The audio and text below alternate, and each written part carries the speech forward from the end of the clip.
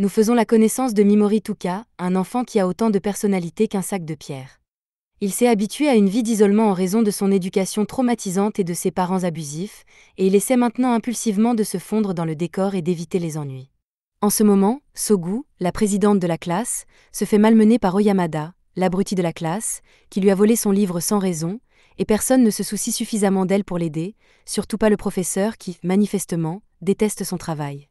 Puisque personne n'intervient pour sauver Sogu, Mimori décide d'agir pour une fois et se lève de son siège pour demander à Oyamada de lui rendre son livre. Oyamada est surpris qu'un inconnu comme Mimori ose lui tenir tête. Cependant, alors qu'il est sur le point de commencer à intimider Mimori, Takuto, le tchadien de la classe, prend la parole et demande à Oyamada de se calmer. Oyamada tente d'attirer l'attention de Takuto en lui disant qu'il veut apprendre à Mimori sa place en tant que personnage de second plan, mais Takuto n'a pas l'intention de se laisser faire. Pour être clair, il ne se soucie pas du tout de Mimori, ni de Sogu d'ailleurs, mais il ne veut pas qu'Oyamada cause plus de problèmes parce que c'est ennuyeux à écouter. Oyamada n'aime pas ça, mais comme Takuto est l'alpha, il n'a pas d'autre choix que de l'écouter et de se calmer. Oyamada rend le livre de Sogu et retourne s'asseoir, mais comme il a besoin de se divertir, il commence à intimider le garçon en face de lui, Yasu. Le professeur prend finalement la parole et dit à Oyamada d'arrêter de s'en prendre à Yasu. Il s'en fiche un peu, mais si Oyamada malmène Yasu au point qu'il finisse par sauter d'un pont, il n'aura pas sa prime annuelle. Mais si Yasu veut sauter d'un pont après sa prime, le professeur n'y voit pas d'inconvénient tant qu'il fait un saut périlleux. Les choses se calment ensuite dans le bus, mais tous les élèves sont soudain transportés dans une pièce où ils sont accueillis par la déesse Vicious. Elle leur explique que son royaume, Alien, convoque de courageux guerriers pour qu'ils combattent le maléfique empereur démon chaque fois qu'il apparaît. La dernière apparition de l'empereur démoniaque remonte à 200 ans, et il a heureusement été vaincu par les vaillants efforts des héros précédents. Cependant, le grand empereur a été ressuscité une fois de plus, et Alien a donc convoqué les étudiants pour qu'ils deviennent les prochains héros du royaume d'Alien. Les élèves sont encore très troublés par tout ce qui s'est passé jusqu'à présent, et ils pensent que tout cela est une farce ou qu'ils sont peut-être tous morts dans un accident de bus. Le professeur attire l'attention de tout le monde et leur dit qu'il n'est pas sûr de ce qui se passe non plus, mais que pour l'instant, ils devraient tous écouter Vicious. Vicious le remercie, pensant qu'il a compris ce qu'elle a dit, mais en réalité, il est juste aveuglé par Boba. Professeur pervers mis à part, Mimori prend un moment pour évaluer la situation. Ce bâtiment ne ressemble à rien de ce qu'il a déjà vu, une déesse se tient devant lui, et il n'a pas l'impression d'être dans un rêve, donc il n'y a qu'une seule conclusion à faire, ils ont été convoqués dans un autre monde. Takuto précise que la déesse veut qu'il vainque ce soi-disant empereur démon, mais il veut savoir ce qui se passera s'ils refusent de coopérer. La déesse leur dit qu'elle n'a malheureusement pas le pouvoir de les renvoyer chez eux s'ils ne veulent pas devenir les héros d'Alien, mais qu'il y a toujours un moyen pour eux de retourner sur Terre. Il s'agit d'un rituel d'invocation inversée qui nécessite un élément maléfique, et le seul moyen d'acquérir cet élément maléfique est de l'extraire du cœur de l'empereur démon ou de l'absorber lorsqu'il est libéré à la mort de l'empereur démon. Oyamada ne voit toujours pas pourquoi l'un d'entre eux devrait risquer sa vie pour combattre l'empereur démon alors que Vicious les a pratiquement kidnappés, alors Vicious fait la seule chose qu'elle puisse faire et les supplie de reconsidérer leur rôle de sauveur de ce monde. Sogu prend la parole pour se présenter en tant que présidente de la classe, et même si Vicious les considère comme des sauveurs, ils ne sont encore que des lycéens, et ils ne seraient pas d'une grande utilité s'ils étaient envoyés à la guerre. Vicious lui répond qu'il n'y a pas lieu de s'inquiéter, car ils ont été dotés de pouvoirs qu'aucun autre être humain ne possède en ce monde.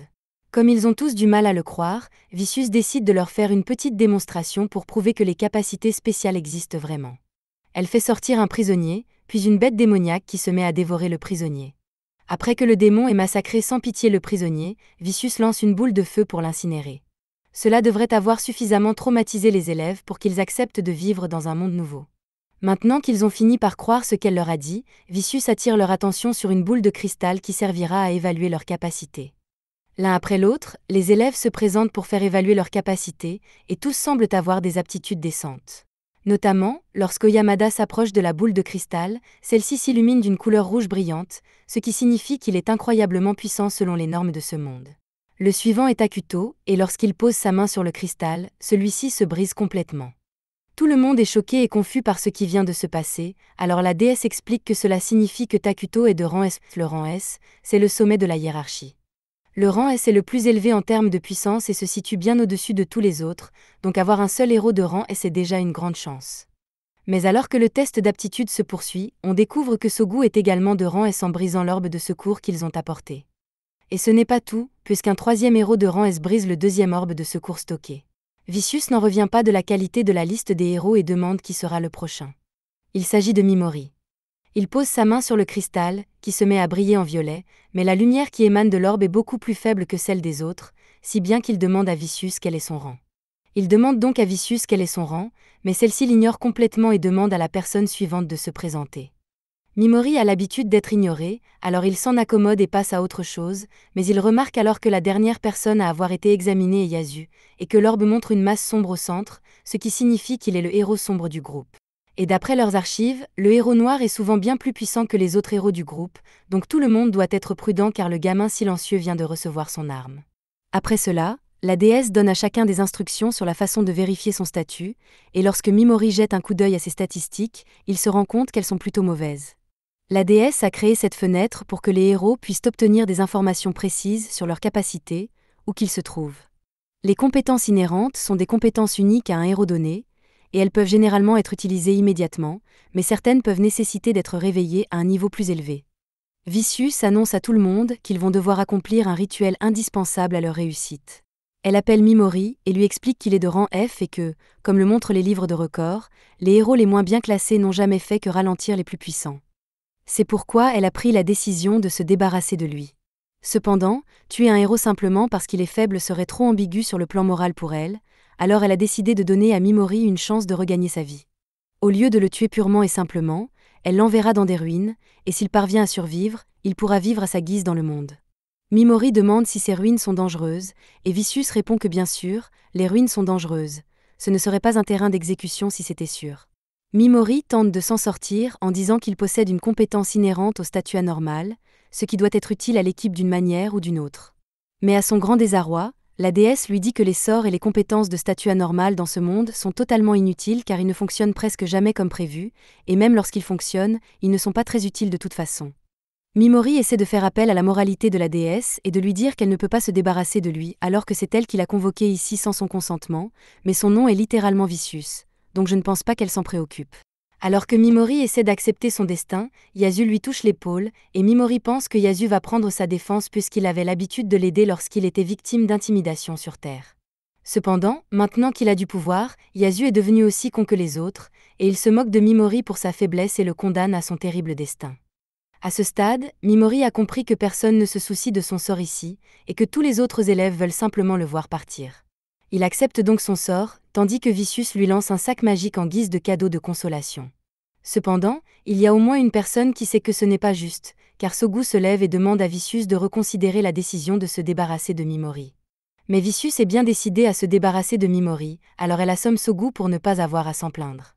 Mimori ne supporte plus la cruauté et les moqueries, il tente donc d'utiliser sa compétence d'effet de statut anormal pour paralyser la déesse.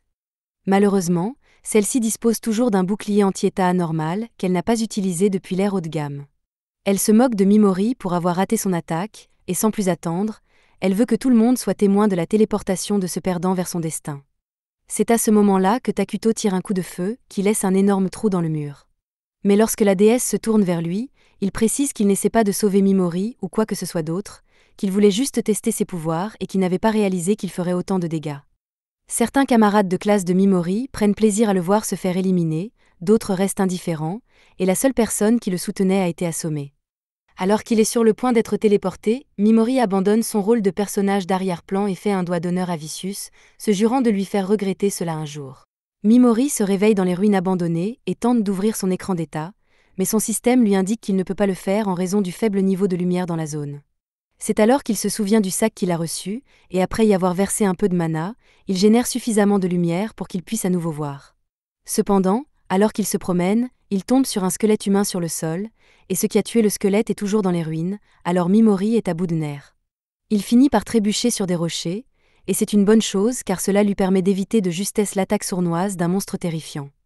Il n'a pas le temps de réfléchir ou de s'inquiéter de l'endroit où il court, car s'il s'arrête ne serait-ce qu'un instant, il sera tué. Alors qu'il continue de courir, Mimori finit par trébucher sur un rocher, et tandis que le monstre se rapproche de lui, l'émotion qu'il ressent n'est pas de la peur mais plutôt de la frustration. Frustré d'avoir été abandonné par tous ces abrutis et d'être condamné à mourir à cause de cela. Il n'a pas d'armes pour se défendre, ni de compétences utiles à utiliser puisque ses effets de statut anormaux n'ont apparemment aucune chance de fonctionner.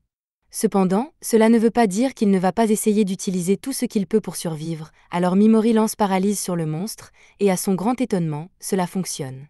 Il ne veut pas rester dans les parages pour comprendre pourquoi, alors il s'enfuit à nouveau. Ce faisant, il se dit que la paralysie n'a dû fonctionner qu'une seule fois, puisque Vicious a déclaré que les effets de statue anormale avaient un faible taux de réussite. Mais dans sa fuite, Mimori tombe sur un autre monstre qui ressemble à un croisement entre un poulet et un cafard. Quoi qu'il en soit, il va le tuer s'il ne fait rien rapidement. Mimori lève donc la main et lance à nouveau paralyse, s'attendant à ce que cela échoue. Mais miraculeusement, cela fonctionne à nouveau. Une fois, c'est peut-être un coup de chance, mais 2 fois de suite, cela signifie que le taux de réussite de ces effets est bien plus élevé que ce que la déesse avait prétendu. Il est possible que les effets de statue de Mimori soient différents des effets faibles de ce monde, mais même s'il peut se défendre avec ses sorts, cela ne lui servira à rien s'il n'a plus de mana pour les utiliser. Il ne lui reste qu'un point de mana, qu'il utilise pour lancer poison sur le monstre, et une fois qu'il l'a fait, le monstre commence à mourir lentement. En plus d'avoir un taux de réussite élevé, les sorts de Mimori ont une durée très longue, ce qui lui permet d'attendre tranquillement que le monstre meure. Il ne lui reste officiellement plus aucun point de mana, et il ne sait pas ce qui se passera s'il tente à nouveau d'utiliser ses effets de statue. Cependant, il n'a pas beaucoup de temps pour récupérer, car le premier monstre l'a rattrapé. L'effet de paralysie qu'il a lancé plus tôt doit avoir disparu, mais même s'il n'a plus de mana, personne ne viendra le sauver, alors Mimori est prêt à se battre pour sa survie. Il tente à nouveau d'utiliser Paralysé sur le Minotaure, mais cette fois, la compétence ne s'active pas, et Mimori doit sauter pour s'écarter. Le système l'informe qu'il n'a pas le droit de lancer plusieurs fois le même effet sur une même cible. Il imagine donc un nouveau plan et lance Sommeil sur le Minotaure, qui s'écroule au sol, inconscient. Une fois le monstre inconscient, Mimori lui applique également Poison. Il semble qu'il n'y ait pas de restriction sur l'empilement des effets, mais il n'a plus de mana, donc s'il continue à utiliser ses compétences, il finira par épuiser son endurance aussi, et il lui reste encore beaucoup de monstres à affronter. Mimori commence à spammer Paralysie et parvient finalement à arrêter tous les monstres, mais il est au bord de l'effondrement. Il n'a pas d'autre choix que de continuer à utiliser Paralyse jusqu'à ce que son corps n'en puisse plus. En peu de temps, il atteint sa limite et ne peut plus continuer. Il y a encore beaucoup de monstres autour de lui, mais il sait que s'il essaie d'utiliser sa compétence ne serait ce qu'une fois de plus, cela pourrait signifier sa fin. Il n'a pas d'autre choix, mais heureusement, alors qu'il est sur le point d'utiliser les dernières réserves de son corps, la cocatrice qu'il a empoisonnée il y a quelque temps meurt soudainement. Le niveau de Mimori augmente alors jusqu'à atteindre le niveau 258, et son mana et son endurance sont reconstitués. Au début, Mimori ne comprend pas ce qui s'est passé, puis il remarque le monstre mort et se rend compte qu'il a dû gagner de l'expérience parce que son poison l'a tué, et avec son énergie reconstituée, il peut continuer à se battre autant que nécessaire. Alors qu'il continue à spammer Paralysie, sa compétence monte en niveau, ce qui lui laisse penser qu'il peut l'améliorer en l'utilisant de façon répétée. Mais il s'en préoccupera plus tard, car pour l'instant, il doit s'assurer qu'il pourra s'échapper de cet endroit en vie. Sa paralysie étant désormais de niveau 2, Mimori remarque qu'il a maintenant la possibilité de sélectionner plusieurs cibles à la fois, ce qu'il fait, et les monstres sont tous immédiatement figés sur place.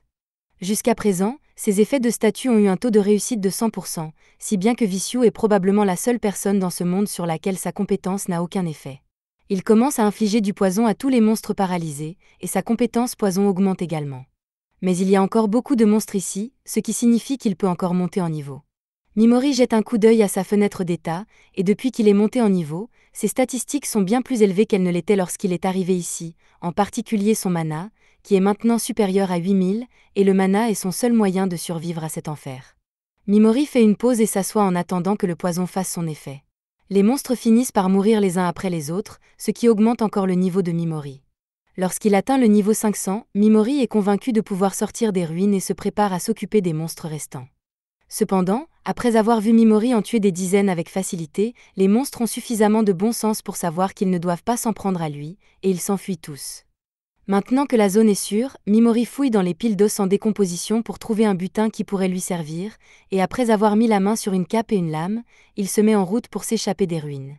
Alors qu'il cherche la sortie, il rencontre de nombreux monstres, mais il se rend compte qu'il est confronté à un autre problème. Il n'a pas de nourriture, et il va bientôt mourir de faim s'il ne trouve pas quelque chose à manger. Il est tellement désespéré qu'il est même prêt à manger de la viande de monstre. Après être revenu sur ses pas, il retourne vers les cadavres de monstres et commence, à contre-séhur, à les découper pour manger ce qu'il peut. Cependant, lorsque le globe oculaire sort et que Mimori essaie de le manger, il se rend compte que le corps entier du monstre contient de l'acide et qu'il ne pourra donc pas le manger après tout. Sans source de nourriture, Mimori pense qu'il mourra de faim avant de pouvoir sortir d'ici. Il n'a plus d'énergie dans son corps, mais il remarque que la couleur de son sac magique change. Comme c'est la seule source de lumière dont il dispose, il se précipite frénétiquement pour l'approvisionner en mana. Ce faisant, il sent quelque chose apparaître à l'intérieur du sac, et à sa grande joie, il y trouve un sac de bœuf séché et une bouteille de soda. Il commence à manger avec enthousiasme. Bien que son problème de faim soit résolu pour l'instant, il ne sait pas s'il pourra à nouveau faire produire de la nourriture au sac. Alors que les jours passent à l'intérieur des ruines, Mimori s'est habitué à commettre un génocide massif de monstres grâce à ses compétences, mais il craint de perdre son humanité à cause de cela. De retour sur Terre, après avoir été maltraité par son beau-père, Mimori était sur le point de vivre son arc de méchant meurtrier. Mais avant qu'il ne perde son sens de l'humanité, il a été sauvé par son oncle et sa tante, qui l'ont recueilli et lui ont donné un sentiment de normalité. Il a appris de l'empathie, et il pensait être devenu une personne normale comme eux. Mais en ce moment, alors qu'il regarde la montagne de cadavres sous ses pieds, il ne ressent rien du tout. Il n'y a pas moyen de revenir à ce qu'il était avant, alors Mimori accepte d'être un psychopathe et va de l'avant. En avançant, il tombe sur une autre section des ruines avec un monstre oculaire flottant, mais Mimori l'élimine simplement avec son poison. En avançant, il tombe sur une porte avec une serrure magique, et en l'ouvrant, il trouve une petite pièce avec 2 squelettes à l'intérieur. Il suppose qu'il s'agit de personnes qui ont été éliminées par Vicious, mais qui n'ont pas eu la chance de s'en sortir vivantes. Il fouille dans leurs affaires et trouve une pochette remplie de pierres précieuses. Bien qu'il se sente mal à l'aise de voler les morts, les gemmes pourraient avoir de la valeur et il pourrait les utiliser une fois sorti d'ici, alors il ne se sent plus mal à l'aise. Il parcourt également les autres pièces à proximité et finit par en trouver une dont l'ouverture nécessite une grande quantité de mana. Lorsqu'il l'ouvre enfin, il trouve un squelette assis avec une note à côté de lui. La note indique que le squelette était autrefois un homme connu sous le nom d'Anglin le Grand Sage, et qu'il était l'ancien héros des ténèbres, celui-là même dont Vicious avait dit qu'il était le plus fort de tous. Selon la note d'Anglin, Vicious l'a envoyé ici de force après avoir cessé d'avoir besoin de lui en tant que héros. Même s'il était assez puissant pour arriver jusqu'ici, il ne pouvait pas s'échapper, alors il a laissé un message pour aider la prochaine personne qui réussirait à arriver jusqu'ici. Vicious a peut-être dit que le seigneur démon était mauvais, mais elle l'est tout autant aux yeux de Mimori. On ne peut pas dire qu'il soit meilleur qu'elle non plus, car son seul but est de se venger d'elle, même s'il doit détruire le monde pour y parvenir. En pillant le cadavre d'Anglin, il tombe sur un livre d'arts interdits. Il contient des recettes de médicaments et des instructions sur les outils magiques qui pourraient s'avérer utiles plus tard, alors il décide de le garder. Il trouve également un parchemin de magie interdite, mais il ne comprend pas ce qu'il dit. Cependant, si un grand sage comme Anglin s'est donné la peine de le garder caché avec lui jusqu'à ses derniers instants, alors il doit être très puissant, et il pourrait même être assez puissant pour que Mimori finisse par vaincre la déesse s'il parvient à le déchiffrer. Mimori est sur le point de partir, mais avant de le faire, il vole la cape d'Anglin parce qu'elle est plus cool que la sienne. Il jette à nouveau un coup d'œil au livre d'Anglin, mais cette fois, il y voit un avertissement sanglant qui lui dit de se méfier du mangeur d'âmes. Cet avertissement inquiétant amène Mimori à se demander si le mangeur d'âmes n'est pas celui qui a tué Anglin. Mimori continue son chemin dans les ruines jusqu'à ce qu'il tombe sur une porte qui, pense-t-il, mènera à la surface. Cependant, s'il s'agit vraiment de la dernière porte, cela signifie que le mangeur d'âmes dont parlait Anglin se trouve également ici. Mimori reste prudent et jette un coup d'œil à ses statistiques pour s'assurer qu'il est prêt à affronter cette situation. Il a fait tout ce qu'il a pu pour augmenter son niveau autant que possible avant d'arriver ici, alors il ne peut qu'espérer que ses compétences suffiront à le vaincre. Mimori finit par trouver un visage effrayant, et il est certain qu'il s'agit du solitaire, alors il tente immédiatement d'utiliser Paralyse sur lui. Mais à la seconde où il sort de sa couverture, le solitaire lui tire un laser dans la main. C'est la première fois que quelque chose réussit à l'empêcher d'utiliser sa compétence, et Mimori doit la tuer, car la seule façon de s'en sortir est d'utiliser la gemme qui se trouve sur son front. Pour activer sa compétence, il doit la prononcer à haute voix et se trouver à une certaine distance, mais tout cela n'a pas d'importance si le mangeur d'âmes peut l'attaquer avant qu'il n'ait fini de lancer le sort. Alors que Mimori réfléchit encore à ce qu'il doit faire, le mangeur d'âmes sort du mur pour s'en prendre à lui. Pendant ce temps, à l'extérieur des ruines, une jeune fille tente d'échapper à ses poursuivants et décide de se cacher à proximité, sans savoir qu'une bataille féroce se déroule à l'intérieur. Alors que le solitaire s'approche lentement de Mimori, ce dernier se demande pourquoi il n'a pas encore tiré sur lui avec ses lasers, mais il ne tarde pas à comprendre pourquoi, car le solitaire crache une substance violette qui prend la forme d'humain. Ce sont les âmes des personnes que le solitaire a tuées, et elles sont forcées d'attaquer Mimori, qui est donc obligé de les paralyser. Cependant, il ne peut se résoudre à utiliser du poison car il reste humain, même s'ils deviennent de gros morceaux de pâte. Le dévoreur d'âmes prend plaisir à regarder Mimori se débattre car il ne peut pas attaquer les âmes pour des raisons morales, et il ne peut pas non plus attaquer le dévoreur d'âmes car il réagirait trop vite. Mimori commence à s'effondrer et à pleurer parce qu'il dit qu'il ne veut pas faire de mal aux autres, et il perd de l'aura de minute en minute à cause de ses pleurs constants. Mais alors que le solitaire se délecte des larmes de Mimori, il révèle que ce n'était qu'un acte et paralyse le solitaire.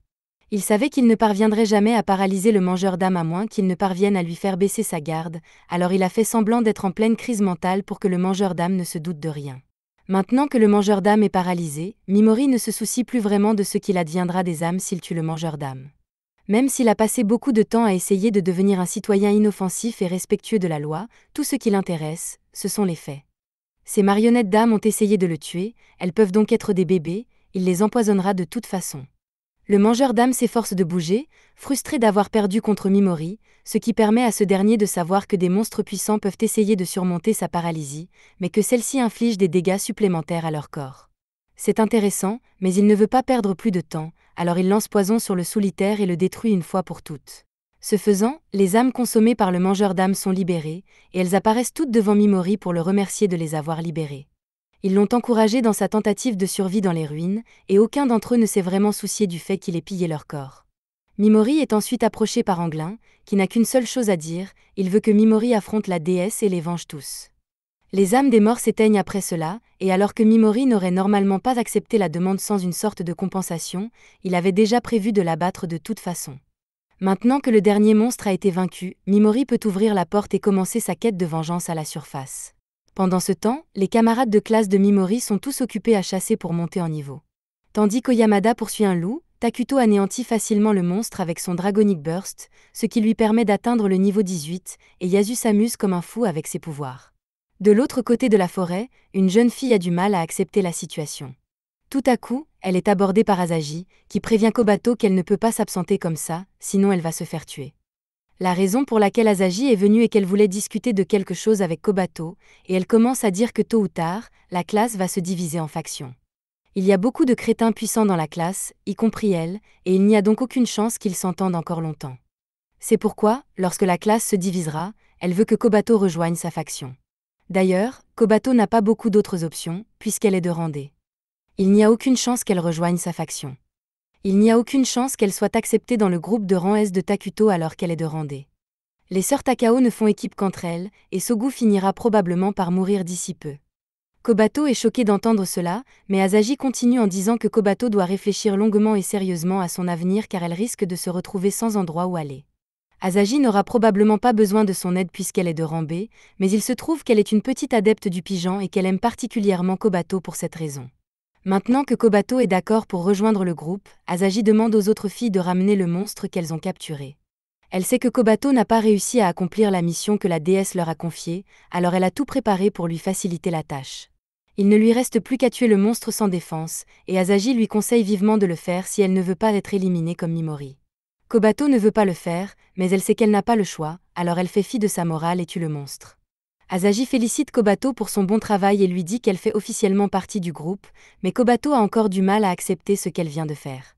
Ailleurs, Sogu vient de se réveiller de son coma, et la douleur dans son estomac lui rappelle ce qui a dû arriver à Mimori après que la déesse l'a frappée à l'estomac, elle se sent vraiment coupable de ne pas avoir pu l'arrêter. Elle va donc se plaindre à Vishou, qui essaie vraiment de jouer le rôle d'une déesse bienveillante avec ses fausses larmes, mais elle dit que l'élimination des faibles est la politique du royaume d'Alion, et qu'elle ne peut donc rien y faire. Vishou informe également Sogu qu'elle n'a pas beaucoup de temps pour se morfondre dans la tristesse, car pendant qu'elle était assommée, ses camarades de classe sont partis dans la forêt pour voir s'ils étaient capables de tuer des monstres ou non, et beaucoup d'entre eux ont échoué aux exigences du test et ont donc été éliminés. Sogu demande à Vishou si elle a l'intention de tuer tous les héros qu'elle juge faibles, mais Vishou affirme que c'est la politique d'Alion, et que ce n'est donc pas sa faute, même si elle est une déesse. Sogu voit comment les choses se passent et veut faire comprendre à Vishou qu'elle n'approuve pas la façon dont les choses sont gérées. Vishou ne voit pas où est le problème puisque le bon sens veut que l'on se débarrasse de tous les bons à rien. Sogu demande si elle est une héroïne de valeur puisqu'elle est de classe S. Vishou répond que Sogu est une héroïne de classe B. Vishou répond que Sogu est en effet très précieuse, alors Sogu propose un marché. Elle se surpassera en tant que héroïne de rang S pour compenser les faiblesses des personnes qui ont échoué, et elle demande à Vishou d'arrêter le plan d'élimination. Vishou dit qu'elle peut accepter ces conditions, et elle tend la main pour officialiser l'accord. Elle veut aussi s'excuser d'avoir frappé Sogu à l'estomac, mais elle pense qu'elle avait raison de le faire puisque Sogu était hystérique à cause de la situation. Sogu n'est manifestement pas dupe de la gentillesse de Vishou, mais elle n'a pas d'autre choix pour le moment et accepte de lui serrer la main. En partant, elle remarque que les mains de Vicious sont glacées, tout comme son cœur. Pendant ce temps, dans la forêt obscure, une jeune fille tente d'échapper à ses poursuivants. Elle pensait les avoir semés, mais ils sont bien trop doués pour la traque. Sur la base d'une simple feuille brisée, le dieu de l'épée, Plédin, est capable de dire exactement où la princesse s'est rendue. Elle est peut-être capable de se dissimuler, mais si elle continue à commettre de telles erreurs, les 5 gardiens ne manqueront pas de la rattraper tôt ou tard. Au même moment, Mimori s'apprête à partir dans la forêt dans l'espoir de trouver une ville, mais avant cela, il vérifie une dernière fois ses statistiques. Il remarque que seul son mana est exceptionnellement élevé, à 50 000, alors que le reste de ses statistiques tourne autour de 5 000. Mais il le savait déjà, alors ce qu'il veut vraiment confirmer, ce sont les nouvelles capacités qu'il a obtenues grâce à la montée en niveau de ses compétences. Il est désormais capable de dissiper la paralysie et le poison à volonté ou de les dissiper partiellement pour éviter de tuer sa cible immédiatement. Ce sera très utile pour obtenir des informations, et il décide de le tester sur le prochain monstre qu'il rencontrera. Pour l'instant, il va avoir besoin d'une lame, ou plus précisément, de quelqu'un qui puisse faire office de tank et s'occuper des premières lignes à sa place. À ce moment-là, il entend un bruissement dans les buissons. Il va donc voir ce qui se passe et découvre une bande de limaces qui se ligue contre une seule limace plus petite. Il décide de rester là et de regarder le petit Slim traverser son arc de caractère d'intimidation. Une fois que le petit Slim apprend à se défendre, Mimori est satisfait. Il les paralyse tous et en profite pour tester la fonction de dissipation. Il dissipe d'abord la paralysie des Slims tyranniques pour les faire partir. Une fois qu'ils sont partis, il dit au plus petit Slim qu'il n'a pas à s'inquiéter puisqu'il n'a pas l'intention de le tuer. Il s'apprête à le laisser partir, mais avant cela, il tient à s'excuser de ne pas l'avoir aidé plus tôt. Il a apprécié de voir le petit gars se défendre, alors il dit au Slim qu'il a bien fait, après l'avoir relâché, il repart. Le Slim ne sait pas vraiment quoi faire maintenant puisqu'il n'a plus d'amis Slim vers qui retourner, alors il décide de suivre Mimori. Mimori finit par s'apercevoir qu'il est suivi, mais cela ne le dérange pas car il a besoin de compagnie. Pendant ce temps, la princesse est épuisée par toutes les courses qu'elle a dû faire. Malgré la distance qu'elle a parcourue, elle peut encore sentir la présence des 5 gardiens à proximité, qui doivent attendre qu'elle se fatigue pour la capturer. Mimori et le Slim se sont un peu rapprochés, si bien que le Slim s'est installé à l'arrière de la veste de Mimori pour monter la garde pendant qu'il jette un coup d'œil au livre de sorts. Après avoir feuilleté quelques pages, Mimori trouve l'art interdit qu'il cherchait, un art destiné à renforcer les monstres. Il y a même des instructions sur la façon de renforcer les Slims en particulier, ce qui sera utile à Mimori. Mais il comprend pourquoi il s'agit d'un art interdit, car ces objets pourraient causer beaucoup de chaos s'ils étaient entre de mauvaises mains. Avant de faire quoi que ce soit d'autre, Mimori parle au Slim et lui dit qu'il est en quête de vengeance, et que si le Slim n'est pas d'accord, c'est sa dernière chance de faire marche arrière. Le Slim dit qu'il veut rester aux côtés de Mimori, alors Mimori le nomme Pigimaru et se prépare à poursuivre son voyage. La princesse chevalier en fuite, sans que les gardiens sacrés se rapprochent d'elle. Alors qu'elle espérait ne pas avoir à s'en servir, elle est obligée d'activer son contrat spirituel. Elle offre son sommeil en guise de paiement, et se transforme même en Power Rangers. Mais lorsque les gardiens de la sainteté les rattrapent enfin, ils découvrent avec stupeur qu'ils se sont trompés de cible, car Mimori n'est pas du tout leur objectif. Ils auraient pu l'ignorer, mais ils sont trop malhonnêtes pour faire une chose pareille. L'un d'eux dit à Mimori de laisser tomber tous ses objets de valeur pour qu'il n'ait pas à le tuer, mais l'autre dit qu'il va quand même tuer Mimori parce que ce sera amusant. Il parle aussi de faire d'autres choses horribles à son cadavre, alors Mimori a déjà décidé que ces types devaient partir et s'enfermer très vite. Pendant que les salauds ne font pas attention, Mimori commence à s'éloigner lentement. Lorsque le groupe s'en aperçoit et pense qu'il essaie de s'échapper, Mimori essaie en fait de les mettre tous dans son champ de vision. Mimori joue bien le rôle d'un faible effrayé, mais lorsque Plédin tente de le découper, il ne tarde pas à le paralyser, ainsi que tous ses coéquipiers. Comme il a réussi, Mimori sait maintenant que ses effets de statut fonctionnent aussi sur les humains, et que Vicious est probablement la seule personne à être immunisée contre eux. Pour en revenir aux veilleurs sacrés, ces types n'étaient pas aussi intimidants que les monstres qu'il avait dû combattre dans les ruines, mais leurs intentions malveillantes étaient bien pires, et Mimori n'a aucun problème à les tuer puisqu'ils ont essayé de le tuer en premier. Il lance son poison et, après la mort de tous les gardiens sacrés, Mimori passe un peu de temps à piller leurs cadavres. C'est alors que lui et Pigimaru sentent que quelqu'un se trouve à proximité. Pendant ce temps, la princesse se tient en position de combat depuis un moment déjà, et elle vient de remarquer qu'elle ne sent plus la présence des 5 gardiens dans la forêt. Elle pense qu'il s'agit d'un piège pour l'inciter à baisser sa garde. Mais à ce moment-là, elle sent quelqu'un d'autre dans la forêt, ce qui la fait paniquer. La présence de ce type n'est pas très puissante, mais pour une raison ou une autre, les esprits ont peur de lui. À ce moment-là, elle entend quelque chose derrière elle et attaque. Mais il s'agit en fait de Pigimaru, qui faisait diversion pour Mimori. Alors que la jeune fille a le dos tourné, Mimori la paralyse. Il a senti qu'elle avait l'intention d'attaquer, mais ce n'était pas par méchanceté. Mimori devient curieux et pense qu'il pourrait discuter un peu, bien qu'il ne la laisse pas bouger par précaution. Elle lui demande ce qu'il attend d'elle, alors Mimori explique qu'il n'est pas d'ici et qu'il a besoin d'aide pour découvrir la région, alors il espérait qu'elle pourrait se rendre utile. Avant cela, elle lui demande ce qu'il en est des 4 autres hommes qui se trouvaient dans la forêt, et Mimori lui dit qu'il les a tués. La fille est choquée et Mimori lui demande si c'est un problème qui les ait tués, mais elle répond qu'elle est juste surprise que Mimori ait été capable de vaincre les gardiens sacrés tout seul.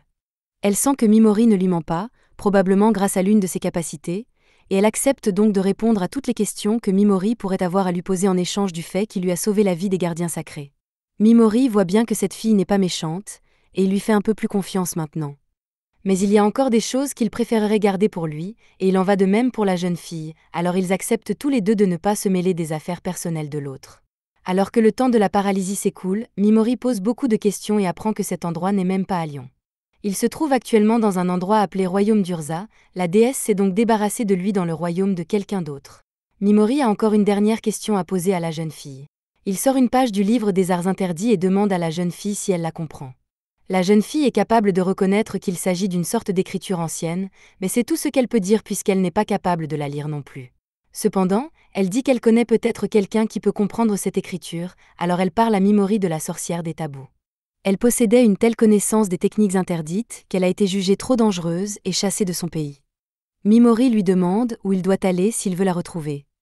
La jeune fille lui dit d'aller au pays des monstres aux yeux d'or, mais c'est une partie dangereuse du continent. Mimori la remercie pour ses informations précieuses, mais la jeune fille estime qu'elle n'a pas fait assez pour rembourser sa dette puisque Mimori lui a sauvé la vie. Mimori lui dit qu'elle n'a pas à s'inquiéter d'en faire plus, et qu'elles vont donc se séparer. La jeune fille n'y voit pas d'inconvénient tant que Mimori est satisfaite. Mimori voit qu'elle a un grand sens de l'honneur et de l'honnêteté, ce qui lui rappelle beaucoup sa tante, qui était si gentille qu'il s'inquiétait souvent pour elle. Il lui dit que la paralysie sera levée dans quelques minutes, mais qu'il ne peut pas garantir sa sécurité puisqu'il va partir maintenant. En quittant Mimori, il lui dit qu'il espère que la jeune fille arrivera à destination saine et sauve. Pigimaru revient et demande à Mimori s'il ne va pas la tuer. Mimori répond qu'il ne le ferait pas car il ne trouve aucune joie à tuer. Il ne le fait que pour se défendre, il n'y a donc aucune raison de tuer inutilement cette fille. Bien qu'il ne puisse pas garantir que la fille ne reviendra pas l'attaquer une fois qu'elle sera à nouveau libre de ses mouvements, il demande à Pigimaru de continuer à surveiller ses arrières pour lui. Mimori arrive à la ville, et il est arrêté à la porte d'entrée par une gardienne chargée d'effectuer les contrôles de sécurité. Elle suppose que Mimori est un mercenaire itinérant venu ici pour conquérir les ruines de Mills. Mimori joue le jeu et dit qu'il est effectivement venu ici pour conquérir les ruines, ajoutant également qu'il vient d'une ville rurale et qu'il ne connaît donc pas grand-chose de cet endroit. Son histoire semble suffisamment convaincante pour la gardienne, qui le laisse entrer, car elle a pour ordre de laisser entrer le plus grand nombre possible de mercenaires dans la ville. Mimori est surpris par le relâchement de la sécurité, puisqu'il n'y a pas eu de contrôle des bagages ni de fouille corporelle complète, mais cela lui convient bien, car ses plans se déroulent sans accroc. La première chose qu'il fait est de se rendre dans une auberge pour se trouver une chambre, mais pendant qu'il est à la réception, l'aubergiste est assez grossier avec lui car il pense que Mimori est un perdant fauché. Cependant, il est loin de se douter que Mimori a volé un tas d'argent sur les cadavres des Holy Watchers, et dès qu'il montre un peu d'argent, l'aubergiste commence à le traiter beaucoup plus gentiment. Mimori obtient une chambre comme il le souhaitait, et maintenant qu'il est logé, il sort un peu en ville pour inspecter les environs. Bien qu'il soit un étranger, il ne ressent aucune hostilité à son égard. Il se promène donc tranquillement et découvre des endroits comme des boutiques d'objets et la guilde des aventuriers de la ville. Ces informations lui seront peut-être utiles plus tard, mais pour l'instant, Mimori a faim, alors il fait demi-tour et se dirige vers une taverne voisine pour y prendre de la nourriture. Il goûte à la nourriture de ce monde pour la première fois, et le goût n'est pas très bon, mais c'est suffisamment comestible pour que Mimori s'en contente. Il pense que cette taverne est géniale parce que les gens y sont heureux et ivres, et qu'il est donc facile de recueillir des informations puisque tout le monde parle fort. Il a pu entendre quelques gars parler du fait que le continent est rempli de gens incroyablement forts. Ils discutent de l'échelle de puissance pour savoir qui est le plus fort, mais finalement, ils savent qu'il n'y a qu'une seule équipe qui peut détenir le titre de plus fort, et ce sont les chevaliers dragons noirs qui ont détruit le royaume de Mia. Leurs 5 dragons suffisent à eux seuls à anéantir une armée, mais en plus, ils ont le plus fort de l'humanité et le tueur de héros, alors il y a fort à parier qu'ils gagneraient tout affrontement direct. Après avoir recueilli une bonne quantité d'informations pour la nuit, Mimori ramène les restes de riz dans sa chambre pour nourrir Pigimaru, et pendant que ce dernier mange, il passe en revue ses plans pour l'avenir. Pour l'instant, sa priorité est de trouver quelqu'un qui sache lire la langue des parchemins de la magie interdite, et la seule personne capable de le faire est la sorcière des tabous. Une autre de ses priorités est de fabriquer la solution de renforcement des monstres afin d'améliorer les capacités de Piggymaru, mais maintenant qu'il y pense, le noble de cette ville a rassemblé des mercenaires pour conquérir les ruines de Mills, et l'un des ingrédients nécessaires à la solution de renforcement est l'os du soldat squelette, et il se trouve que les soldats squelettes se trouvent dans le donjon de Mills. Alors Mimori prévoit de s'y rendre dès demain. Le lendemain, tous les mercenaires de la ville se réunissent pour écouter ce que le marquis Creed Arclay a à leur dire. Creed leur annonce qu'un nouvel étage a été découvert dans les ruines. Il les charge donc d'explorer cet étage et promet, en guise de récompense, que quiconque parviendra à acquérir le calice de l'œil de dragon qui se trouve dans les ruines recevra un prix de 300 pièces d'or. Il est également prêt à payer un bon prix pour tout autre trésor amené, et les mercenaires sont libres d'utiliser les parties de monstres qu'ils trouveront comme bon leur semble. Mimori est ravi, car cela signifie qu'il pourra garder les os des squelettes des ruines une fois qu'il les aura acquis. Maintenant que tout le monde a bien compris les conditions, ils se mettent tous en ligne pour commencer l'inscription, mais alors que Mimori attend dans la file, il remarque une certaine agitation à l'autre bout de la file. Il y a un type qui n'arrête pas de jacasser sur le fait qu'une des filles de la file est vraiment très jolie. En fait, elle est si jolie qu'il jurerait qu'elle est une princesse, ou peut-être même une princesse chevalier du royaume détruit de Neyin, dont la tête est peut-être mise à prix. Vous voyez, ce qui s'est passé, c'est qu'il y a quelques années, ce type a essayé d'inviter la princesse chevalier à sortir avec lui, mais elle a refusé, et depuis ce jour, il a gravé son visage, sa voix et sa poitrine dans sa mémoire pour pouvoir se venger un jour. Elle s'est donné beaucoup de mal pour cacher son visage, et l'homme doit avoir une certaine habileté dégénérée s'il a été capable de la reconnaître rien qu'à sa voix. Quoi qu'il en soit, pour prouver qu'il a raison sur son identité, il tend la main pour retirer son manteau et montrer son visage à la foule, mais ce faisant, il est choqué de découvrir que le visage de la jeune fille n'est pas le même que celui de la princesse Sarah Ashrin, et la jeune fille déclare maintenant qu'elle s'appelle Mist Baloka. Comme il ne se trompe jamais dans l'identification des voix, il sait qu'elle doit être Ashrin, mais il n'a aucun moyen de le prouver. Il jure donc de se venger de Mist, ainsi que de toutes les belles femmes qui l'ont fait passer pour un idiot. Un peu plus tard, Mimori a l'intention de faire quelques achats pour la mission, mais alors qu'il marche, la jeune fille s'approche de lui pour lui demander s'il est là pour explorer le donjon. Mimori la reconnaît et compatit au fait qu'elle doive faire face à tant de gens qui essaient de révéler son identité, mais elle dit que ce n'est pas un problème puisqu'elle a déguisé son visage à l'avance. Mimori lui suggère tout de même de faire attention à ce genre de gars, car même s'il ne connaît pas sa véritable identité pour l'instant, il semble assez mesquin pour essayer de l'attaquer juste parce qu'elle l'a fait passer pour un idiot devant tout le monde. Cela dit, Mimori lui dit qu'il a une requête à lui faire, il lui explique qu'il n'a aucune idée de la valeur des objets dans cette ville et qu'il aimerait qu'elle l'aide à négocier pour ne pas se faire escroquer. Et bien sûr, il ne lui demande pas de le faire gratuitement puisqu'il promet de la dédommager pour son aide si elle accepte. Elle décide d'accepter son offre puisqu'elle est pratiquement fauchée en ce moment, alors les deux se serrent la main, et elle se présente à lui sous le pseudonyme de Mist, tandis que Mimori se présente sous le nom d'Haïti. Ils font du shopping ensemble, et comme Mist a négocié pour lui, elle a permis à Mimori d'économiser environ 3 pièces d'argent, qu'il lui donne en guise de dédommagement. Elle est surprise de recevoir autant d'argent juste pour avoir fait du shopping avec lui, mais Mimori pense que c'est une juste récompense pour l'aide qu'elle lui a apportée, elle accepte donc le paiement et s'apprête à partir, mais alors qu'elle tente de s'éloigner, elle finit par s'effondrer sur le sol. Mimori lui demande si elle va bien, et elle répond que oui, mais qu'elle n'a pas bien dormi ces derniers jours et qu'elle est un peu fatiguée. Mimori laisse donc les choses en l'état et décide de se rendre dans les ruines pour commencer à chasser les squelettes. Dans les ruines, alors que Mimori descend les escaliers, il entend des mercenaires passer devant lui en criant qu'il y a un petit démon bœuf en bas. Mimori suppose qu'il s'agit d'une version miniature des Minotaures qu'il a dû combattre dans les ruines de l'aliénation. Le démon bœuf charge vers lui, mais Mimori le paralyse et l'empoisonne rapidement, de sorte qu'il ne représentait pas une grande menace pour lui. Il poignarde ensuite le démon bœuf pour vérifier si sa peau est aussi résistante que celle des démons des ruines abandonnées, mais celui-ci est beaucoup plus facile à poignarder. Un peu plus tard, les mercenaires qui s'étaient enfuis plus tôt reviennent avec des renforts pour vaincre le démon bœuf, mais lorsqu'ils le trouvent mort, ils sont choqués que quelqu'un ait été capable de tuer un tel monstre aussi rapidement. Mimori s'enfonce dans les ruines, mais bien que l'endroit grouille de monstres, il ne se sent pas vraiment menacé par l'un d'entre eux, car ils sont faciles à tuer.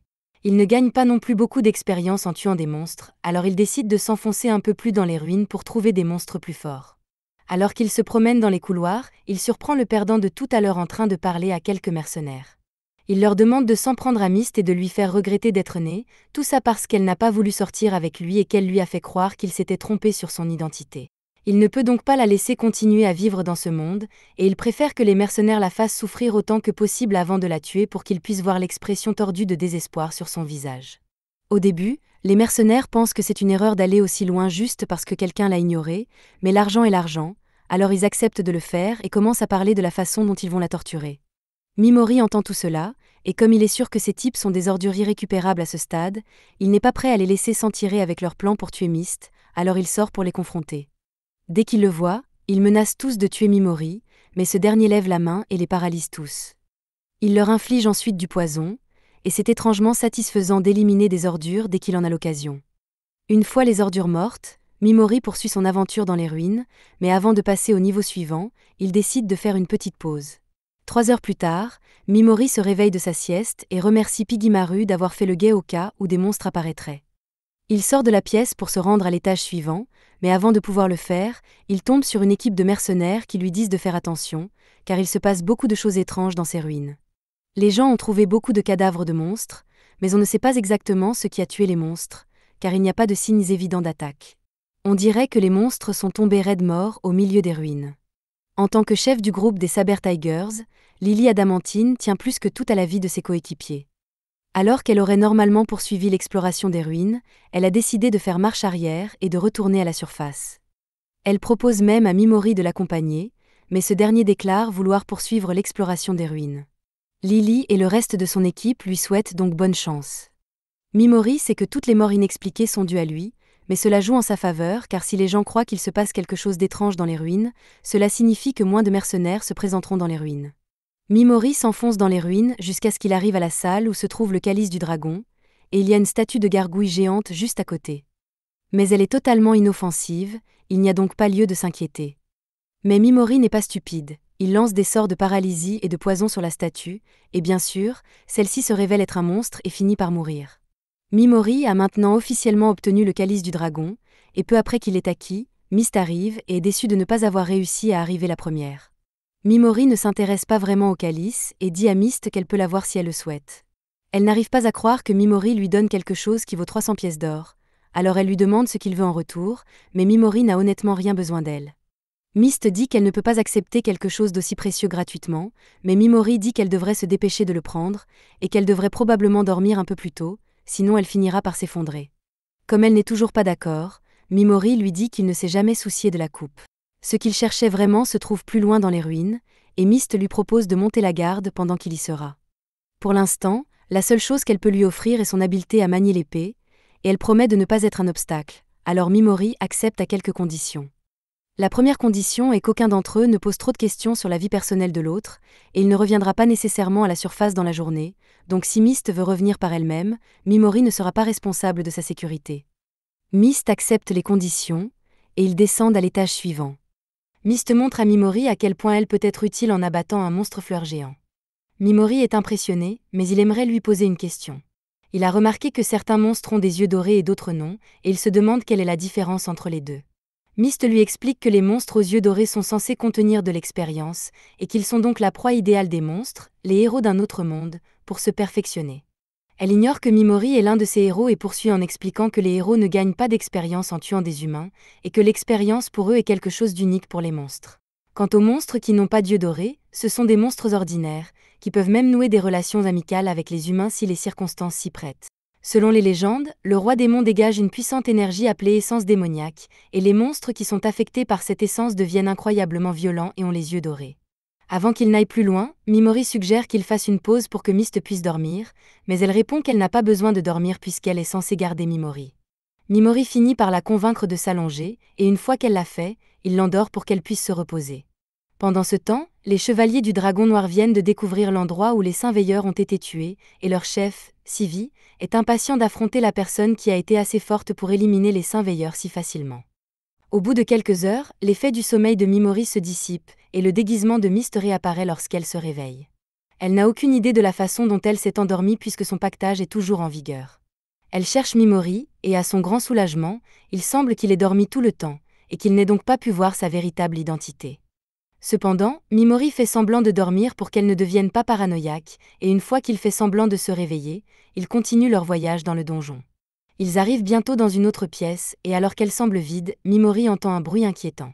Il avertit alors Mist de s'éloigner de la porte, et quelques instants plus tard, un roi squelette en sort. Mimori sait que le roi squelette est bien plus fort que tous les autres monstres qu'ils ont affrontés jusqu'à présent, mais Mist pense qu'il devrait pouvoir le tuer s'il cible la partie argentée de son menton, c'est un point faible assez évident, mais le roi squelette n'en reste pas moins un monstre redoutable. Il est si fort qu'il faudrait tous les membres du groupe du Tigre de Sabre pour le vaincre. Le roi squelette semble penser que Mist est la plus grande menace ici, et c'est donc elle qui sera la première visée. Elle doit se préparer à se défendre, et dit à Mimori qu'elle est sur le point d'utiliser son atout, mais qu'elle aimerait que cela reste secret le plus longtemps possible, et lui demande donc de le garder entre eux. Mist s'excuse également par avance, car si le monstre dépasse ses attentes, elle ne pourra peut-être pas défendre Mimori comme elle l'avait promis plus tôt. Mimori reconnaît que le roi squelette est fort et qu'il serait probablement difficile de le combattre. Il décide donc d'utiliser sa capacité et de paralyser le monstre. Mist est choqué lorsque le monstre se fige sur place, et encore plus lorsque Mimori l'empoisonne et le vainc en un temps record. Maintenant que le monstre a été vaincu, Mimori commence à collecter les os du roi squelette et confirme que ce sont ceux dont la recette a besoin. Il dit qu'ils peuvent maintenant retourner à la surface, mais il sait que Mist a des dizaines de questions à lui poser, alors il dit qu'il va lui donner quelques réponses tant que les questions ne sont pas trop invasives. À ce moment-là, Pigimaru attire l'attention de Mimori et lui dit qu'il y a quelque chose d'intéressant près du squelette. Mimori va donc jeter un coup d'œil et trouve effectivement quelque chose d'intéressant. Il s'agit d'un tissu magique dans lequel est enveloppé un œuf. Bien qu'il ne sache pas quoi en faire, il décide de l'emporter avec lui. Pendant ce temps, les camarades de classe de Mimori s'enfuient tous, effrayés, après avoir rencontré un groupe de soldats squelettes, et cette fille en particulier panique sur le sol à cause de sa main démembrée. Mais il y a encore des squelettes qui s'approchent pour démembrer plus que sa main, alors Sogu essaie d'intervenir et de défendre ses camarades les plus faibles. Cependant, Oyamada n'en a rien à faire de ses camarades de classe et court, détruisant les squelettes.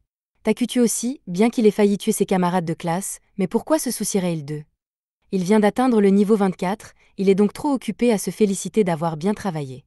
Pendant ce temps, Mimori et Mist sont revenus à la surface et Mist présente le calice du dragon pour qu'elle reçoive sa récompense. Tandis que la foule l'entoure pour voir le calice, Mimori s'éloigne tranquillement, car il a obtenu tout ce dont il avait besoin dans les ruines de Mills. Au bout d'un moment, Mist rattrape Mimori et lui annonce qu'une cérémonie de remise de prix aura lieu demain, au cours de laquelle elle recevra son prix. Comme elle doit rester en ville d'ici là et qu'elle n'est pas occupée pour le reste de la journée, Mimori lui demande s'il peut discuter avec elle en privé.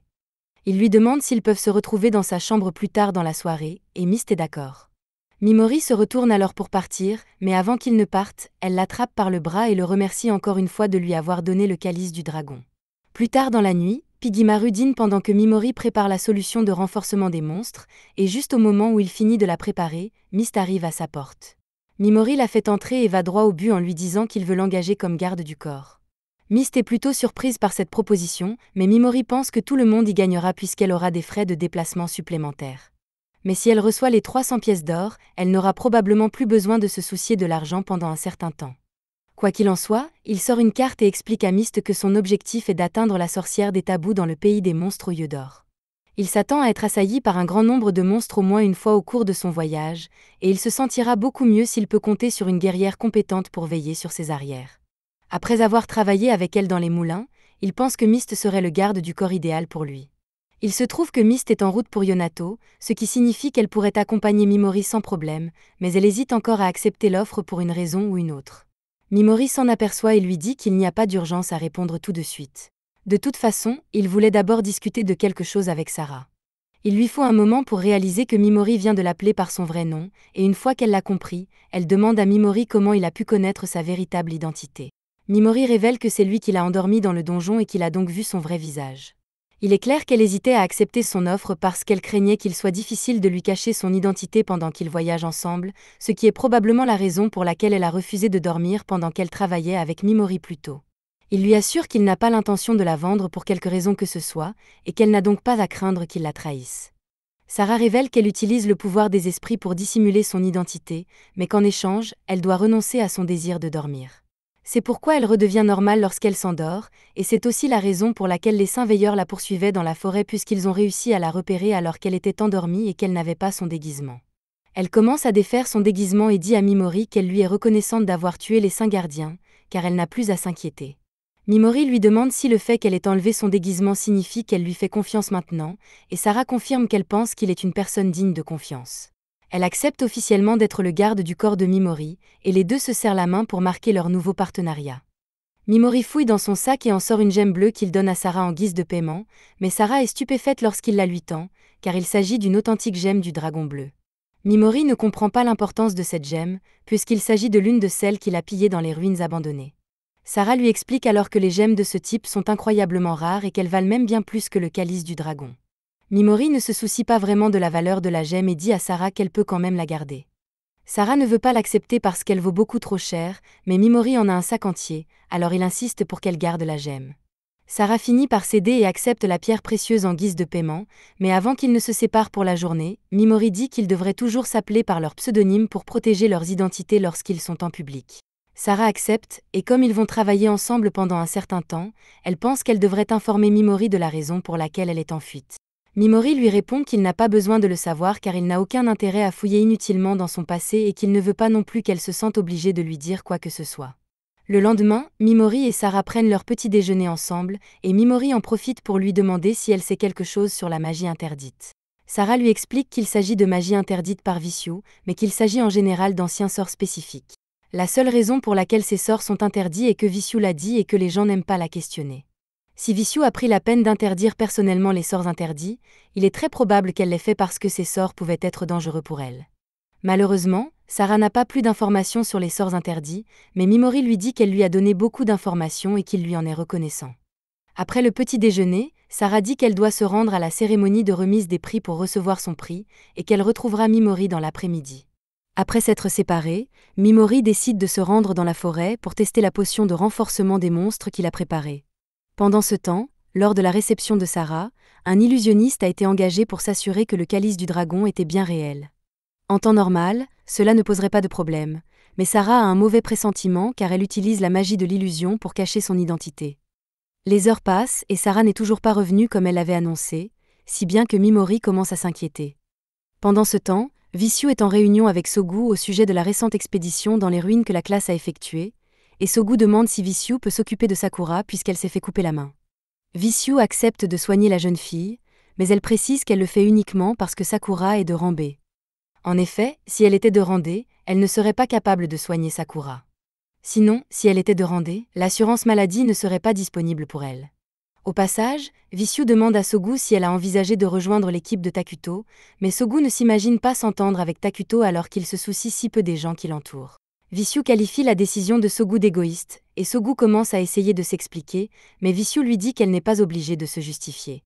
Vishou lui répond qu'elle n'est pas obligée de se justifier, mais qu'elle veut savoir si Sogu est toujours déterminée à sauver ce monde puisqu'elle ne fait pas autant d'efforts qu'un aventurier de rang S. Sogu affirme qu'elle est toujours déterminée à sauver ce monde. Sogu affirme qu'elle remplit son devoir de rang S à sa façon, et Vishou accepte donc de la laisser faire ce qu'elle veut. Cependant, elle ajoute que Sogu sera chargé de s'occuper de ceux qui n'ont pas réussi les épreuves. Vishou veut que Sogu entraîne les héros, mais Sogu n'est pas d'accord avec cette idée, car le contrat initial prévoyait qu'elle se battrait au nom des plus faibles. Vishou prétend qu'un décret royal lui a ordonné de se débarrasser de tous les héros capables de se battre, et elle veut donc que Sogu les entraîne pour qu'ils apprennent à tuer des monstres. Bien sûr, si Sogu refuse, Vishou se débarrassera immédiatement de ses camarades de classe les plus faibles, et Sogu n'a donc pas vraiment le choix. Elle est forcée d'accepter les conditions de Vishou. Au moment de partir, ce dernier lui fait remarquer que si l'un de ses camarades de classe devient un obstacle pour elle, elle devra peut-être s'en occuper elle-même, mais ce n'est pas comme si elle voulait se débarrasser d'eux. Revenons à Mimori. Plus de temps s'est écoulé, et Sarah n'est toujours pas revenue. Soit elle l'a abandonnée, soit il lui est arrivé quelque chose. Compte tenu de l'honnêteté dont elle a fait preuve jusqu'à présent, la seule possibilité est qu'elle ait été enlevée. Elle n'a aucune raison de vouloir mentir à Mimori, car elle n'y gagnerait rien. Alors que Mimori part à la recherche de Sarah, il entend deux hommes raconter que l'identité de Sarah a été révélée lors du banquet et qu'elle a été forcée de fuir dans la forêt pour s'échapper. Mais Mills organise un groupe de chasseurs pour la retrouver, et ce groupe de chasseurs est composé des chevaliers du Dragon Noir. Alors que les chevaliers poursuivent Sarah, elle tente de se transformer en utilisant son régalia spirituel, mais son esprit de lumière a été désorienté lorsque son déguisement a été détruit, de sorte qu'elle ne peut pas se transformer pour l'instant et doit se battre sous sa forme de base. Elle réussit à éliminer quelques chevaliers de rang inférieur, mais c'était vraiment difficile pour elle, et elle craint ce qui pourrait arriver si l'un des chevaliers de rang supérieur l'attaquait maintenant. C'est alors qu'elle aperçoit une flèche tirée par derrière, mais elle sait que ce n'est qu'une distraction, et elle se précipite pour affronter son véritable adversaire, Gisant, le vice-capitaine d'Auban. C'est un adversaire bien plus coriace que les autres, elle a donc du mal à se défendre et perd malheureusement pied. Le vice-capitaine la désarme alors qu'elle tombe au sol et se met sur elle. Il s'apprête à faire des choses innommables, mais avant qu'il ne fasse quoi que ce soit, Mimori arrive et le paralyse. Sarah est choquée de voir Mimori ici, mais elle sait qu'elle est en sécurité maintenant, alors elle sort de sous le vice-capitaine, et Mimori lui donne une dose non mortelle de poison pour faire bonne mesure. Sarah demande à Mimori pourquoi il est venu la chercher, mais avant que leur conversation n'aille plus loin, Mimori endort le vice-capitaine pour qu'il ne puisse pas les entendre. Sarah prévient Mimori que s'il reste avec elle, il sera également poursuivi par les chevaliers du Dragon Noir. Elle est donc prête à lui rendre la gemme qu'il lui a donnée et à annuler leur contrat afin de ne pas lui causer d'ennui. Mimori lui répond que ce ne sera pas nécessaire car, d'une part, il possède beaucoup de ces gemmes et l'argent n'est donc pas un problème pour lui. Mais surtout, il ne trouvera pas d'autre garde du corps en qui il puisse avoir autant confiance que Sarah, alors il va s'en tenir à elle, et pour l'instant, il a besoin que Sarah se déshabille. Après une pause gênante, Mimori précise qu'il dit cela parce que les gens de la ville l'ont déjà vue dans les vêtements qu'elle porte maintenant, et qu'elle sera donc facilement reconnue si elle ne se change pas rapidement. Ashrin est soulagé d'entendre cela, et Mimori lui dit qu'il a aussi une proposition à lui faire. Il lui dit qu'elle peut essayer de négocier avec la sorcière des tabous pour qu'elle abrite Ashrin pour le moment.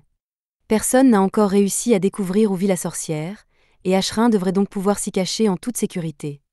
Et comme Mimori s'y rend de toute façon, Ashrin et lui pourront respecter leur accord initial, qui prévoyait qu'elle devienne son garde du corps. Ashrin est reconnaissante à Mimori de veiller sur elle, mais elle se demande pourquoi il va si loin pour l'aider alors qu'ils se connaissent à peine. Cela peut lui sembler étrange, mais Mimori lui explique qu'Ashrin lui rappelle quelqu'un de très précieux, et que s'il l'abandonnait ici, ce serait comme s'il abandonnait sa tante, ce qu'il ne peut pas faire. Ashrin remercie encore une fois Mimori pour sa gentillesse. Maintenant qu'ils se sont mis d'accord, Mimori va voir le vice-capitaine et dissipe partiellement la paralysie pour lui permettre de parler. Le vice-capitaine commence immédiatement à menacer Mimori pour avoir osé s'opposer à un membre des Chevaliers Dragons, mais Mimori ne se laisse pas abattre et lui pose un ultimatum. Il peut lui dire ce que les Chevaliers Dragons préparent, et s'il le fait, Mimori aura pitié de lui, sinon, il mourra d'une mort lente et douloureuse. L'homme essaie de se montrer calme et confiant, mais il finit par accepter de dire à Mimori et à Ashrin ce qu'ils veulent savoir. Cependant, avant qu'il ne puisse tout raconter, sa cervelle est renversée sur le sol par une épée venue du ciel. Mimori et Ashrin se retournent pour voir l'agresseur, et à leur grande horreur, non seulement l'agresseur est hors de portée, mais il s'agit en fait de Griffith, je veux dire Sivi. Il porte de nombreux noms dans ce monde, mais on l'appelle le plus souvent le plus fort de l'humanité. Sivi et ses 5 dragonniers sont tous là, à l'exception de celui dont la cervelle est éparpillée sur le sol. Orbin demande à Sivi s'il était vraiment nécessaire de le tuer, mais Sivi ne se soucie pas vraiment des pertes tant que la mission est terminée. C'est Ortola qui leur a ordonné de le faire, et ce nom semble familier à Ashrin, qui reste figé sous le choc. Au même moment, Ortola est allongé dans son lit et agonise à l'idée de ce qu'il a fait. Il n'a jamais voulu faire de mal à Ashrin parce qu'il l'aimait comme une fille, et plus précisément comme une belle-fille, car il dit explicitement qu'en la voyant, il était toujours concentré et raide. Il ne regrette pas de l'avoir laissé s'échapper, il regrette plutôt que d'autres hommes aient pu avoir des relations amoureuses avec elle. Il a donc décidé que la meilleure chose à faire était de la tuer. Ashrin n'arrive pas à croire qu'Ortola puisse faire une chose pareille, mais c'est la vérité. En fait, c'est ce que Gison allait lui dire, mais comme Sivi pensait qu'il était un obstacle, il a jeté son épée et l'a tué. Si Gison avait réussi à esquiver le coup, Sivi lui aurait laissé la vie sauve. Mais même si Gison avait été paralysé par Mimori, il n'aurait jamais pu esquiver une telle attaque. Les dragonniers demandent ce qu'ils doivent faire d'Ashrin maintenant, et selon les ordres qu'Ortola leur a donnés, il veut qu'Ashrin soit tué et que son cadavre lui soit ramené intact, ce qui lui permet d'envisager la nécrophilie. Ashrin n'arrive toujours pas à croire qu'Ortola puisse ordonner une telle chose, mais Sivi lui dit qu'il est prêt à lui donner la chance de regagner sa vie. Il est obsédé par l'idée de trouver des adversaires forts, et si Ashrin peut le battre en duel, il la libérera.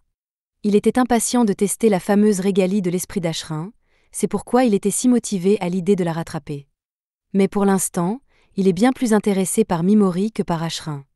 Mimori a des sueurs froides car il risque d'être tué à tout moment, et Sivi et son équipe sont encore légèrement hors de portée de sa capacité, ce qui limite ses possibilités de contre-attaque.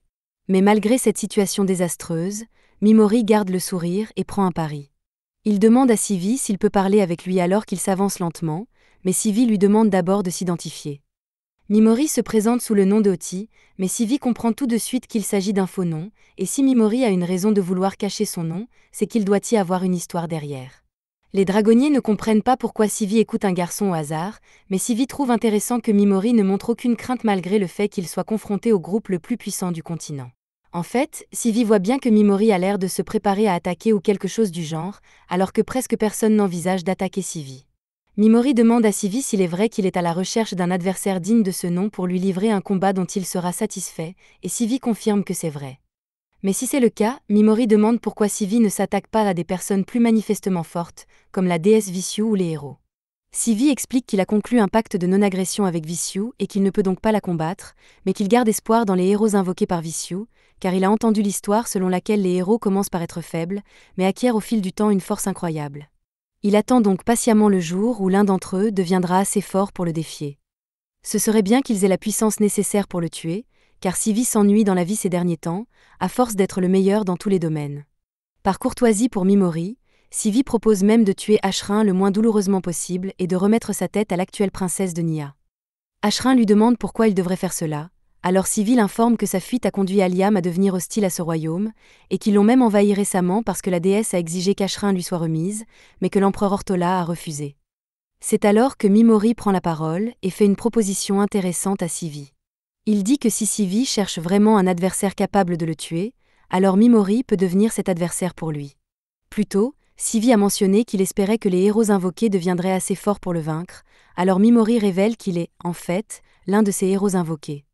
Sylvie est capable de détecter si quelqu'un ment ou non, et il peut donc dire que Mimori dit la vérité. Il lui demande ce qu'il fait ici s'il est un héros, et Mimori lui répond qu'il occupe une position unique parmi les autres héros, et qu'il a été autorisé à agir de façon indépendante par Vishu elle-même. Techniquement, ce n'est pas un mensonge puisque Mimori est le seul héros de rang E. Il est donc dans une position unique, et Vishu a dit qu'il serait autorisé à faire ce qu'il veut s'il réussit à survivre aux ruines abandonnées. Elle lui a donc donné la permission d'agir de façon indépendante. Comme tout ce qu'a dit Mimori est techniquement vrai, le détecteur de mensonges de Sylvie l'amène à penser que Mimori doit être un héros vraiment prometteur pour que Vishu lui accorde un traitement spécial, et cela l'excite, alors il demande à Mimori de formuler sa proposition. Mimori dit qu'il aimerait reporter leur combat, ce qui signifie qu'il veut que Sylvie l'épargne jusqu'à ce qu'il devienne assez fort pour lui offrir le combat dont il rêve. Sylvie, amusée, demande à Mimori comment il compte s'y prendre, et Mimori l'informe de son intention d'aller s'entraîner au pays des monstres aux yeux d'or, mais qu'il reviendra certainement à Vishu tôt ou tard, de sorte que Sylvie n'aura pas à s'inquiéter de voir Mimori partir et se cacher. Tout ce qu'il a dit jusqu'à présent a convaincu Sylvie, qui accepte donc d'épargner la vie de Mimori pour qu'il devienne assez fort pour être un adversaire digne de ce nom. Il dit à Mimori qu'il peut partir sans craindre d'être attaqué. Mimori reprend la parole et dit à Sylvie qu'il a besoin d'Ashrin pour traverser le pays des monstres aux yeux d'or. Sylvie rit et accepte de ne pas faire de mal à Ashrin non plus, et il ne laissera aucun de ses subordonnés la toucher jusqu'à la fin de son duel avec Mimori. Mimori est vraiment fier de ses talents d'acteur, car il a réussi à éviter un combat direct avec Sylvie, mais pour ce qui est de s'entraîner afin d'avoir une revanche sur Sylvie, Mimori n'est pas stupide. Sylvie a le dos tourné, mais il est toujours à portée. Alors Mimori saisit immédiatement l'opportunité d'utiliser Paralyse sur Sylvie et tous les autres Dragon Riders. Mimori s'excuse d'avoir trahi la confiance de Sylvie, mais il n'est pas assez gentil pour ignorer une ouverture claire pour attaquer, et le but de Mimori est de se venger de la déesse, il n'a donc pas le temps de s'inquiéter pour Sylvie et les autres. Sylvie est furieux d'avoir été trahi, et son titre de plus fort de l'humanité n'est pas pour rien, puisqu'il parvient à bouger malgré la paralysie et le poison, mais il ne parvient finalement pas à les surmonter. Alors que l'un des chevaliers dragons est sur le point de mourir, il déclenche un signal pour appeler tous les chevaliers dragons qui étaient en attente dans la forêt, et lorsque Sylvie les voit, il les avertit tous qu'ils doivent rester hors de portée de Mimori, et qu'ils doivent donc attaquer depuis le ciel.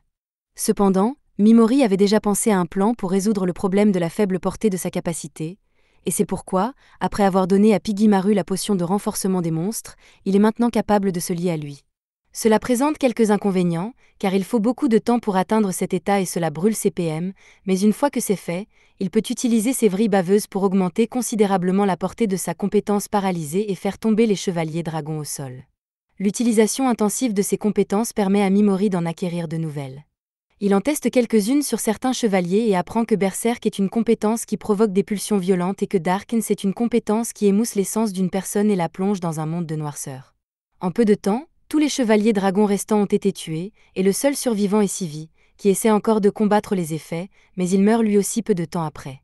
Après cela, Mimori remercie Ashrin d'être resté à ses côtés et de l'avoir gardé pendant qu'il combattait les chevaliers dragons, mais elle lui dit de ne pas le mentionner parce que c'est le moins qu'elle puisse faire en tant que garde du corps. Cependant, Ashrin veut avertir Mimori d'une autre menace. Elle lui parle d'un certain héros Slayer, un homme agressif qui aurait pu rivaliser avec Sylvie, mais il se trouve que Mimori a déjà éliminé le héros Slayer, ce qui fait qu'il n'y a plus de menace immédiate pour eux. Pendant ce temps, avec les autres héros, Sogu s'inquiète un peu car elle n'a pas encore éveillé une compétence spéciale, mais tout à coup, une fille aux cheveux violets arrive et leur dit que Vishu est occupée et qu'elle va donc prendre la relève en tant qu'instructrice d'entraînement. Oyamada lui demande pourquoi il devrait l'écouter, mais la jeune fille l'assomme presque instantanément, prouvant qu'elle est assez forte pour prendre les commandes, et dit à tout le monde de se préparer parce qu'il retourne à la capitale. De son côté, Mimori vient de raconter à Ashrin son histoire et comment il souhaite se venger de la déesse pour ce qu'elle lui a fait subir, et Ashrin est prête à l'aider de toutes les manières possibles.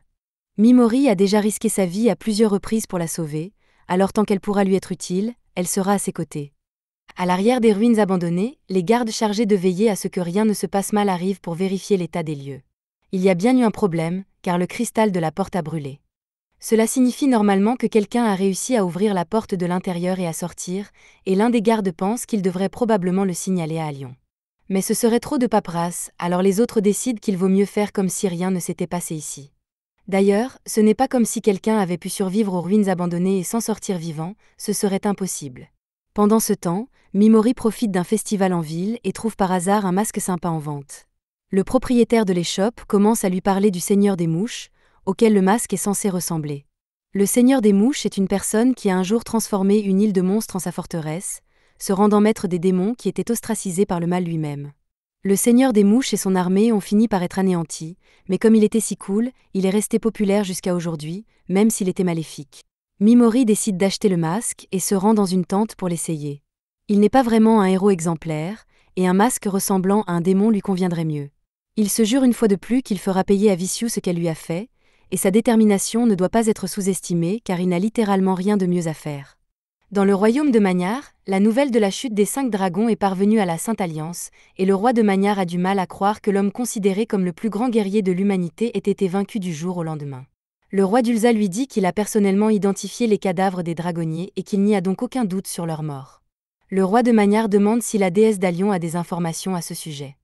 Vishu l'informe que les dragonniers étaient apparemment à la poursuite d'Ashrin lorsqu'ils ont trouvé la mort, et bien qu'ils ne sachent pas où Ashrin s'est rendu après le combat, ils ont trouvé des vêtements déchirés d'Ashrin et beaucoup de son sang.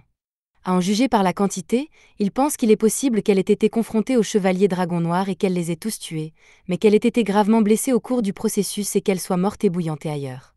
Les chevaliers noirs étaient le meilleur espoir de l'humanité face à l'empire du grand démon, et leur disparition porte un coup terrible à la puissance de la Sainte Alliance. Les héros d'un autre monde sont donc encore plus précieux qu'ils ne l'étaient auparavant. L'empereur de Mirafolk trouve amusant qu'à chaque fois qu'un grand malheur survient, Alion semble toujours en bénéficier d'une manière ou d'une autre. Vishu reste poli et demande à Folk ce qu'il veut insinuer avec sa déclaration, mais Folk est sérieux. Chaque fois que quelque chose de grave se produit, ils sont obligés de compter sur Alion et ses héros, ce qui arrange bien Vishu. Vishu affirme qu'ils sont tous également affectés par l'essence du Seigneur des Ténèbres, et qu'elle est donc du même côté qu'eux, mais elle se montre très passive-agressive à l'égard de Folk, qui décide donc d'arrêter de parler avant que les choses n'aillent trop loin. Il reste une dernière chose à discuter avant de lever la séance. Le roi de Magnar demande si tout le monde croit vraiment qu'Ashrin était capable de tuer les 5 chevaliers du Dragon Noir. Il est difficile de croire qu'elle était capable de faire quelque chose comme ça toute seule, mais ils n'ont aucune idée de qui aurait pu être derrière tout ça. Cependant, un messager entre dans la pièce et l'informe qu'il existe un groupe qui s'attribue le mérite de la défaite des chevaliers Dragons Noirs, et qui se nomme les utilisateurs de la magie de la malédiction d'Ashint. Le lendemain, Mimori et Ashrin se promènent en ville pour faire le plein de provisions, et comme personne ne semble les suivre, cet endroit est sans doute le plus sûr pour leur préparation. Ashrin explique qu'il s'agit d'un colisée de sport de sang où esclaves et mercenaires s'entretuent pour divertir la foule. Les combattants peuvent gagner des récompenses en remportant leur match, et depuis qu'il est géré par le duc et la guilde des mercenaires, il est devenu une source de divertissement de premier ordre pour le public, bien qu'au début, ce n'était qu'un moyen pour la guilde des mercenaires d'évaluer ses combattants. Ashrin et Mimori trouvent plus tard une bonne auberge où séjourner, et comme ils doivent économiser de l'argent, Ashrin suggère qu'elle et Mimori partagent une chambre. Mimori lui demande si elle est vraiment d'accord, puisque Mimori est un homme et que des choses pourraient arriver, mais bien qu'elle soit embarrassée, elle dit que ça ne la dérange pas, et Mimori prend une chambre pour eux deux. Après cela, ils se rendent au bar pour manger quelque chose, et l'endroit est plutôt bondé, ce qui permet à Mimori d'entendre une conversation sur la mort des chevaliers du Dragon Noir. D'après ce qu'il entend, les gens pensent qu'Ashrin est mort des mains des chevaliers dragons, mais que ces derniers ont été éliminés par quelqu'un d'autre. Un groupe appelé Ashint s'attribue le mérite d'avoir tué les chevaliers dragons grâce à leur magie de malédiction. Ashrin a déjà entendu parler de ce groupe, et elle dit à Mimori qu'il vénère apparemment le dieu des malédictions. À ce moment-là, les Ashint entrent dans le bar et profitent de l'influence qu'ils ont acquise en s'attribuant le mérite de ce qu'a fait Mimori. Après les avoir bien observés, Mimori ne pense pas qu'il représente une grande menace, et il n'est pas fâché qu'il s'attribue le mérite de ce qu'il a fait, car cela détourne l'attention de lui. Mimori continue d'écouter les conversations autour de lui, mais il entend des gens parler de qui d'autres auraient pu être assez forts pour vaincre les chevaliers du Dragon Noir, et finalement, la sorcière des tabous est mentionnée. C'est apparemment une elfe noire, et personne ne l'a vue depuis 10 ans, mais quelqu'un dans la capitale l'a déjà vue. Mimori s'approche de la table et demande si les gars peuvent lui en dire un peu plus sur cette personne, et au début, ils ne veulent pas parler à Mimori. Mais lorsque Mimori propose de payer leur boisson, ils sont beaucoup plus disposés à lui parler. Ils lui disent que la personne qui a rencontré la sorcière des tabous est la plus forte combattante du Colisée, et que s'il veut la rencontrer, il devra probablement s'adresser au propriétaire du Colisée. Mais Mimori a de la chance, car la personne en question vient d'entrer dans le bar.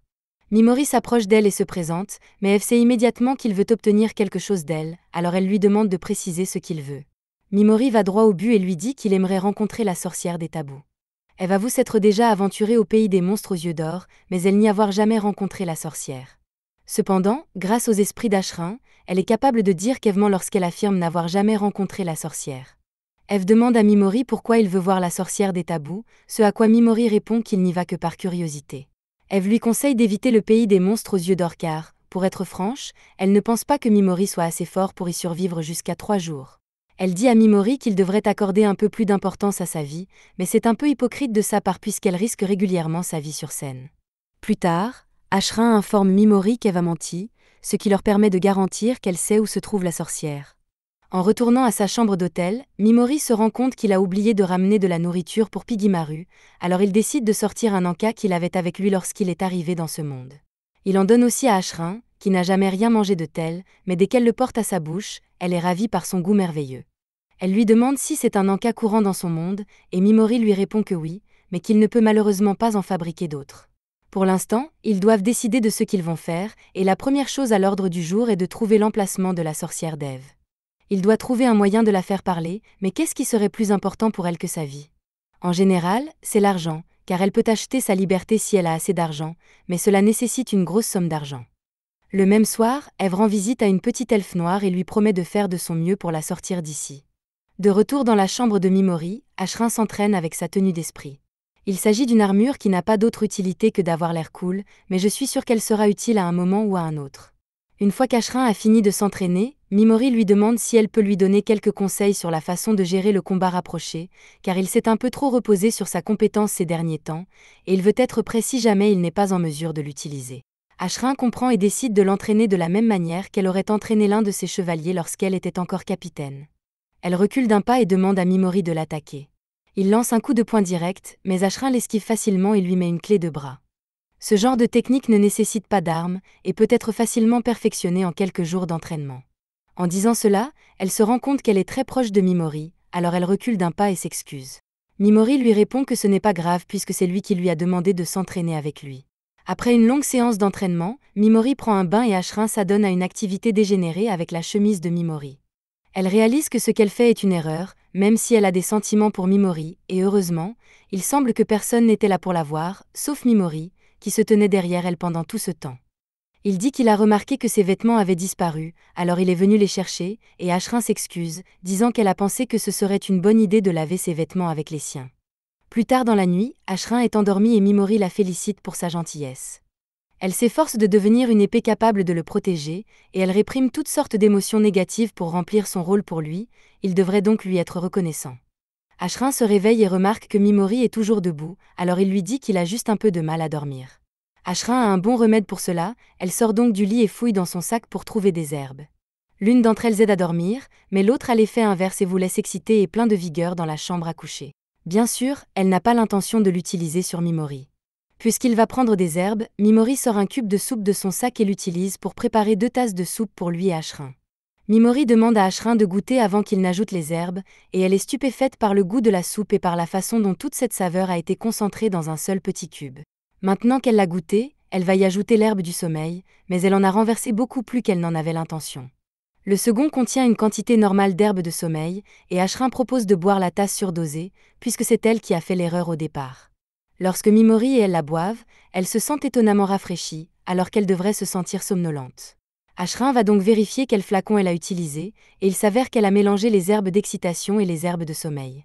Elle s'excuse sincèrement auprès de Mimori, mais celui-ci lui répond que ce n'est pas grave, qu'il va juste lire son livre pour s'occuper. Ashrin lui demande si elle peut lui offrir des services particuliers, car elle est sûre qu'il est raide comme une planche en ce moment. Mais alors que Mimori est certainement tenté, il lui demande de dormir un peu. Ashrin est surpris de voir à quel point Mimori résiste aux tentations, mais ce n'est pas comme s'il n'en avait pas envie, sa vengeance passe avant tout. Tant qu'il n'aura pas fait payer Vicious, il ne pourra pas se concentrer sur autre chose. C'est un peu comme une malédiction qui l'empêche d'être heureux tant qu'il n'a pas atteint son but. Cependant, une fois sa vengeance accomplie, il devrait pouvoir consacrer son énergie à d'autres projets. Ashrin se range donc derrière lui et jure qu'elle fera tout ce qui est en son pouvoir pour aider Mimori à se venger, et Mimori est reconnaissant de son aide. Le lendemain, ils se rendent au Bloodsport Coliseum, et Ashrin retourne à Mimori après s'être renseigné sur Eve. Elle a été vendue au Colisée en tant qu'esclave, mais dès son arrivée, elle a eu un grand succès auprès des fans, et elle n'a pas perdu un seul match en 3 ans de combat. Demain, c'est apparemment son dernier combat, ce qui signifie qu'elle a déjà gagné assez d'argent pour acheter sa propre liberté, et qu'il ne sera donc plus possible d'essayer de négocier avec elle en utilisant de l'argent.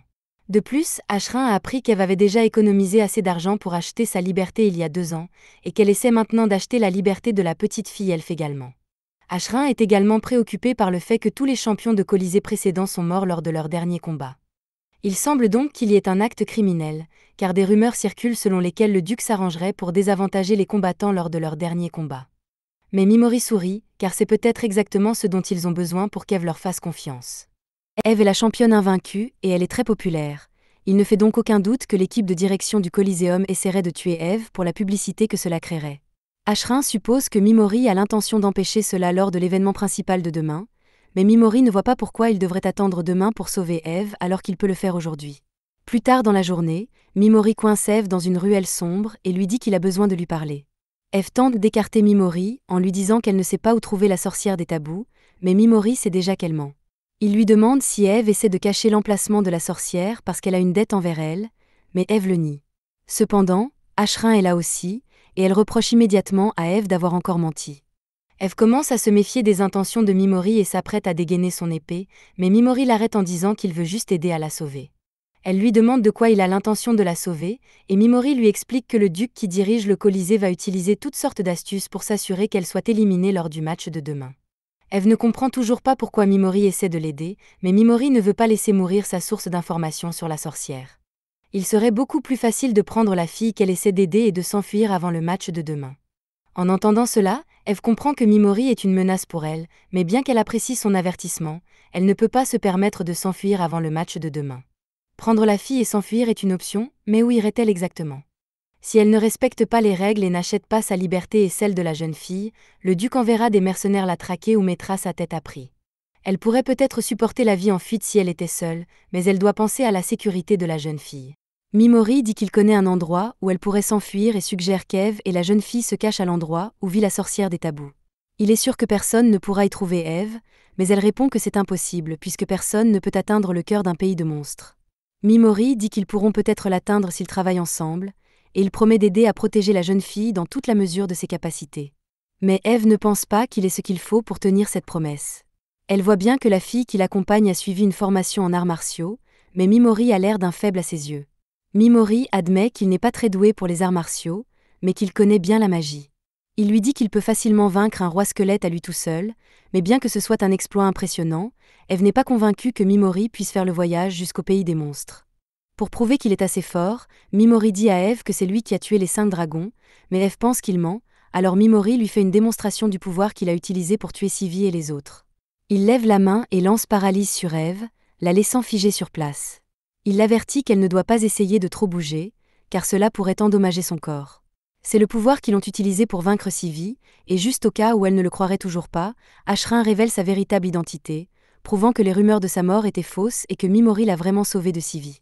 Cela devrait suffire à prouver les capacités de Mimori, alors il libère Eve de sa paralysie, et elle est convaincue que Mimori ne lui a pas menti tout à l'heure, mais sa décision n'a pas changé du tout. Mimori voit qu'il n'arrivera pas à convaincre Eve, alors il s'excuse de l'avoir dérangée et lui dit qu'il espère qu'elle trouvera un moyen de gagner son match demain. Cependant, si elle change d'avis, il l'attendra au ponton le matin, prêt à quitter la ville. Mimori s'éloigne alors avec Ashrin, mais alors qu'ils partent, ils tombent sur un groupe d'Ashint, des adeptes du dieu maudit, qui sont encore sous le coup de l'émotion qui l'ont tué en volant le mérite de l'exploit de Mimori. Leurs actions frauduleuses agacent beaucoup Ashrin, mais Mimori ne pense pas qu'il soit nécessaire d'agir contre eux tant qu'ils ne blessent personne. Cependant, alors que Mimori et Ashrin continuent de marcher, ils aperçoivent des membres du culte du dieu maudit en train de faire du mal à quelqu'un. Ces types essaient de kidnapper cette femme pour des raisons peu recommandables, et Ashrin est prête à les abattre immédiatement. Mais Mimori l'en empêche et lui dit qu'il va s'en occuper lui-même. Il lance alors l'un de ses nouveaux sorts et fait en sorte que les membres du culte deviennent fous furieux et s'entretuent. Pendant ce temps, il continue à marcher vers la maison avec Ashrin. Le lendemain matin, Ashrin et lui sont prêts à partir avant l'aube. Il semble qu'Eve ne se soit pas présentée après tout, alors Ashrin demande à Mimori s'il pense qu'il y a une chance qu'Eve soit capable de gagner son match et de gagner sa liberté avec la petite fille. Malheureusement, Mimori répond qu'il n'y a aucune chance que cela se produise. Le duc Xuan est bien connu pour ses méthodes douteuses, et Eve ne peut que se retrouver dans une situation catastrophique si elle se fie à la parole d'une ordure comme lui. Pendant ce temps, Eve a du mal à dormir à cause de la conversation qu'elle a eue avec Mimori la nuit dernière. Elle croit toujours que le duc Xuan respectera leur accord, mais elle n'arrive pas à se débarrasser de ses doutes. Elle décide donc de se rendre au bureau du duc pour confirmer qu'il la laissera vraiment partir après qu'elle aura gagné son dernier match. Alors qu'elle s'approche du bureau du duc, elle l'entend parler avec son conseiller du match final de demain et du fait qu'Eve va manquer aux spectateurs. Mais bien sûr, il a l'intention de la faire mourir lors de ce match parce que ce serait bon pour la publicité. Eve est choquée d'apprendre que le duc a sérieusement prévu de la trahir, mais le duc poursuit en disant qu'il a toujours considéré Eve comme une bête sauvage devenue rentable. Maintenant qu'elle ne lui est plus utile, il a l'intention de demander au prochain champion de l'écorcher vive et de porter sa peau en guise de nouveau gimmick. Le conseiller demande au duc ce qu'il compte faire au sujet de l'elfe noir dont Eve s'occupait avec tant d'acharnement. Il suggère que ce serait une bonne idée de lui accorder la liberté en guise de geste de bonne volonté, puisqu'Eve a continué à se battre pendant 2 années supplémentaires pour le bien de l'elfe noir. Le duc Xuan dit qu'il pensait en fait recueillir la fille de l'elfe noir, et son conseiller s'étonne que le duc fasse preuve de compassion pour une fois, mais le duc n'a pas dit qu'il était compatissant. Il a seulement l'intention de l'accueillir parce qu'il est fétichiste des jeunes elfes, et une fois qu'il en aura fini avec elle, il la vendra au bordel le plus proche. Eve sait maintenant que Mimori avait raison et qu'elle n'a aucune chance d'être libérée si elle fait confiance au duc, alors elle se rend sur le pont pour voir si elle peut encore accepter le marché de Mimori. Elle arrive bientôt sur le pont, espérant que Mimori et Ashrin ne sont pas encore partis, et heureusement, ils sont toujours là à l'attendre. Mimori lui demande si cela signifie qu'Eve souhaite accepter son offre, ce qu'Eve confirme, car tout ce qu'il a dit à propos de la trahison du duc était vrai. Elle a encore des choses à dire sur leur voyage au pays des monstres, mais elle a l'intention de dire à Mimori où vit la sorcière. Dans ce cas, Mimori est satisfait, et la seule chose qui reste à faire est d'aller chercher la jeune fille elfe. Pendant ce temps, la jeune fille elfe est mise au travail à la taverne, où le cruel propriétaire entre et commence à lui crier dessus pour sa lenteur et son inutilité. La jeune fille essaie de l'ignorer et de continuer à travailler, mais malheureusement, le propriétaire la frappe jusqu'à ce qu'elle s'effondre en larmes. La seule chose qui lui permet de continuer à travailler est la promesse qu'Eve lui a faite de la libérer. La propriétaire est une ratée, et elle ne voit rien de mal à déverser toute sa frustration refoulée sur la jeune fille. Elle se met même à hurler dans les oreilles de la jeune fille pour la torturer, mais quelques instants plus tard, elle fait irruption dans la pièce et confronte la propriétaire. Eve savait que la petite elfe était maltraitée ici, mais elle n'imaginait pas que les choses avaient dégénéré à ce point, et elle est prête à tuer la propriétaire pour toutes les souffrances qu'elle a infligées à la petite elfe. Cependant, la propriétaire se met à supplier pour sa vie et affirme que c'est le duc Xuan qui lui a ordonné de traiter Lise aussi durement. Eve ne supporte toujours pas la propriétaire, mais elle décide de ne pas la tuer. Eve prend la main de Lise et lui dit que la situation a changé et qu'elles doivent quitter la ville immédiatement. Lise dit qu'elle est prête à aller n'importe où avec Eve. Alors Eve se tourne vers la propriétaire et lui dit que si elle dit au duc qu'elle ne sait pas ce qui est arrivé à Lise, elle sera épargnée. La propriétaire commence à ramper et jure qu'elle fera tout ce qu'Eve lui a demandé. Elle commence même à s'excuser auprès de Lise, disant qu'elle regrette tous les tourments qu'elle a fait subir à Lise, et elle se met même à pleurer pour bien faire passer ses excuses. Lise ne la croit évidemment pas, mais Lise n'est pas du genre à se venger, alors elle laisse faire et part avec Eve. Mais alors qu'elle s'apprête à partir, quelqu'un qui n'a rien contre la vengeance entre, et Mimori dit à Eve et Lise d'aller de l'avant parce qu'il a des affaires à régler. Lorsque Mimori confronte la propriétaire, il lui dit d'arrêter de jouer la comédie parce qu'il sait quel genre de personne elle est. La femme prend un air suffisant et dit que tout sera fini pour Mimori et les autres dès qu'elle aura dit au duc ce qu'ils ont fait. Malheureusement, Mimori s'en moque, il veut juste s'assurer qu'une ordure comme elle ne verra plus jamais le soleil se lever après toutes les horreurs qu'elle a fait subir à Lise. Il lance paralyse et poison sur elle, mais pour éviter les soupçons, il décide de faire croire à un vol et poignarde la femme à mort. Une fois qu'il a terminé, Mimori retourne à l'extérieur et se rend dans les égouts pour retrouver Eve et les autres. Eve demande à Mimori ce qu'il a fait à la femme, et il ne donne pas de réponse claire, mais il dit que la femme ne pourra plus jamais ennuyer Lise. Comme elle l'a dit plus tôt, Eve dira à Mimori où trouver la sorcière des tabous, mais avant cela, elle aimerait savoir pourquoi il veut rencontrer la sorcière en premier lieu. Mimori explique qu'il possède un parchemin interdit écrit dans un texte ancien et qu'il a entendu dire que la sorcière des tabous pourrait le lire. Elle veut juste s'assurer que Mimori n'a pas l'intention de faire du mal à la sorcière, et il lui assure qu'il ne commencera rien tant que la sorcière ne l'attaquera pas. Eve est heureuse d'entendre cela et dit qu'il y a quelque chose d'autre dont elle veut discuter avec lui. Elle n'est pas aussi intelligente que lui et ne peut pas prédire les actions des gens comme le fait Mimori, c'est pourquoi elle aimerait lui jurer sa loyauté en tant que maître. Mimori est surpris par cette confiance soudaine alors qu'elle le connaît à peine, mais Eve a compris qu'elle ne peut pas fonder sa confiance uniquement sur l'ancienneté de sa connaissance. De plus, elle sait pertinemment que Mimori est quelqu'un de bien, car il aurait pu utiliser n'importe quelle tactique violente pour forcer Eve à lui dire où vit la sorcière. Il avait même la possibilité de prendre Lise en otage, mais il a préféré la sauver. Le groupe commence son voyage, mais avant qu'il ne puisse s'échapper, le duc a déjà envoyé une équipe de recherche pour capturer Eve et Lise. Le duc a probablement demandé l'aide de la secte Ashint pour cette chasse. Mimori doit trouver une stratégie pour les battre. Il dit donc à Eve de prendre Lise et de se cacher dans la forêt pendant qu'Ashrin et lui s'occupe de la secte Ashint. Ashint entre dans la forêt et repère des traces, mais le chef se rend compte que les traces sont trop évidentes et qu'il doit s'agir d'une sorte de piège. Il crie à la personne qui est derrière tout ça de se montrer, et Ashrin émerge de la forêt avec un masque pour les affronter. Le chef ne sait pas qui est Ashrin, mais il est de bonne humeur aujourd'hui, alors il lui propose un marché simple. Tant qu'Ashrin lui livre Eve et Lise, il ne libérera pas toute la puissance de la secte Ashint sur elle. Il prétend que leur puissance a été capable d'abattre l'humain le plus fort du monde, Sivi. De plus, il est même prêt à permettre à Ashrin de rejoindre les rangs de la secte Ashint, car il sait qu'elle est une artiste martiale douée. À la surprise générale, Ashrin accepte ses conditions et déclare qu'elle les mènera à Eve et Lise. Cependant, le chef sait que personne ne change de camp aussi rapidement, et qu'Ashrin doit donc essayer de les piéger. Le fait qu'elle essaie de les conduire dans la forêt signifie qu'elle doit avoir besoin qu'ils soient à une certaine distance pour une sorte d'attaque, alors il dit à ses hommes de pointer leurs arcs vers elle et de se préparer à attaquer. Elle demande pourquoi ils utilisent des arcs alors qu'ils prétendent avoir de puissantes malédictions. Comme il a l'intention de la tuer de toute façon, le chef lui révèle un petit secret. Le culte Ashint a été formé après que la guilde des assassins a été exterminée par un héros invoqué, et le culte utilise simplement des techniques d'assassinat pour éliminer les cibles avec un peu de poison ajouté. Bien sûr, le poison est incroyablement avancé et ne laisse aucune trace, ce qui permet à la secte de le faire passer pour une malédiction auprès des masses qui ne se doutent de rien. De plus, le fait que la cause de la mort de Sivi soit inconnue a donné à la secte Ashint l'occasion parfaite de gagner en popularité en s'attribuant le mérite du travail, et le meilleur, c'est que personne ne pourra jamais prouver que ce ne sont pas eux qui ont tué Sivi, donc ils ne seront jamais attrapés. Ashrin demande pourquoi ils font tout cela, et le chef lui explique qu'ils ont l'intention d'utiliser le duc Xuan pour se tailler un rôle central dans cette nation, tout en assassinant tous ceux qui se mettent en travers de leur chemin. En parlant de personnes qui se mettent en travers de leur chemin, le chef demande où se cachent les alliés d'Ashrin, mais elle répond qu'elle est la seule à pouvoir les affronter. Le chef a du mal à croire qu'elle soit venue ici avec l'intention de les vaincre toute seule, mais Ashrin dit qu'elle a confiance en ses capacités et révèle qu'elle est celle qui a survécu à la chasse de Sivi. Le chef comprend pourquoi elle a confiance en ses capacités, mais il ne croit toujours pas qu'Ashrin ait pu vaincre Sivi. Il appelle l'un de ses subordonnés, Belgar, et dit à Ashrin qu'il s'agit de l'homme qui doit tuer Eve lors de la bataille de demain. Son jeune frère, Fan, est également présent. Ensemble, ces deux-là sont les membres les plus forts du groupe d'Ashint. Par coïncidence, ils avaient aussi un jeune frère nommé Zarish, mais il a été tué alors qu'il poursuivait Ashrin, et les frères lui en veulent personnellement. De plus, pendant qu'elle était distraite, le chef avait déjà envoyé d'autres membres de la secte Ashint pour l'encercler et lui couper la route. Maintenant qu'elle n'a plus aucune chance de s'échapper, le chef lui demande d'abandonner et de se soumettre à lui, sinon elle sera tuée par le poison.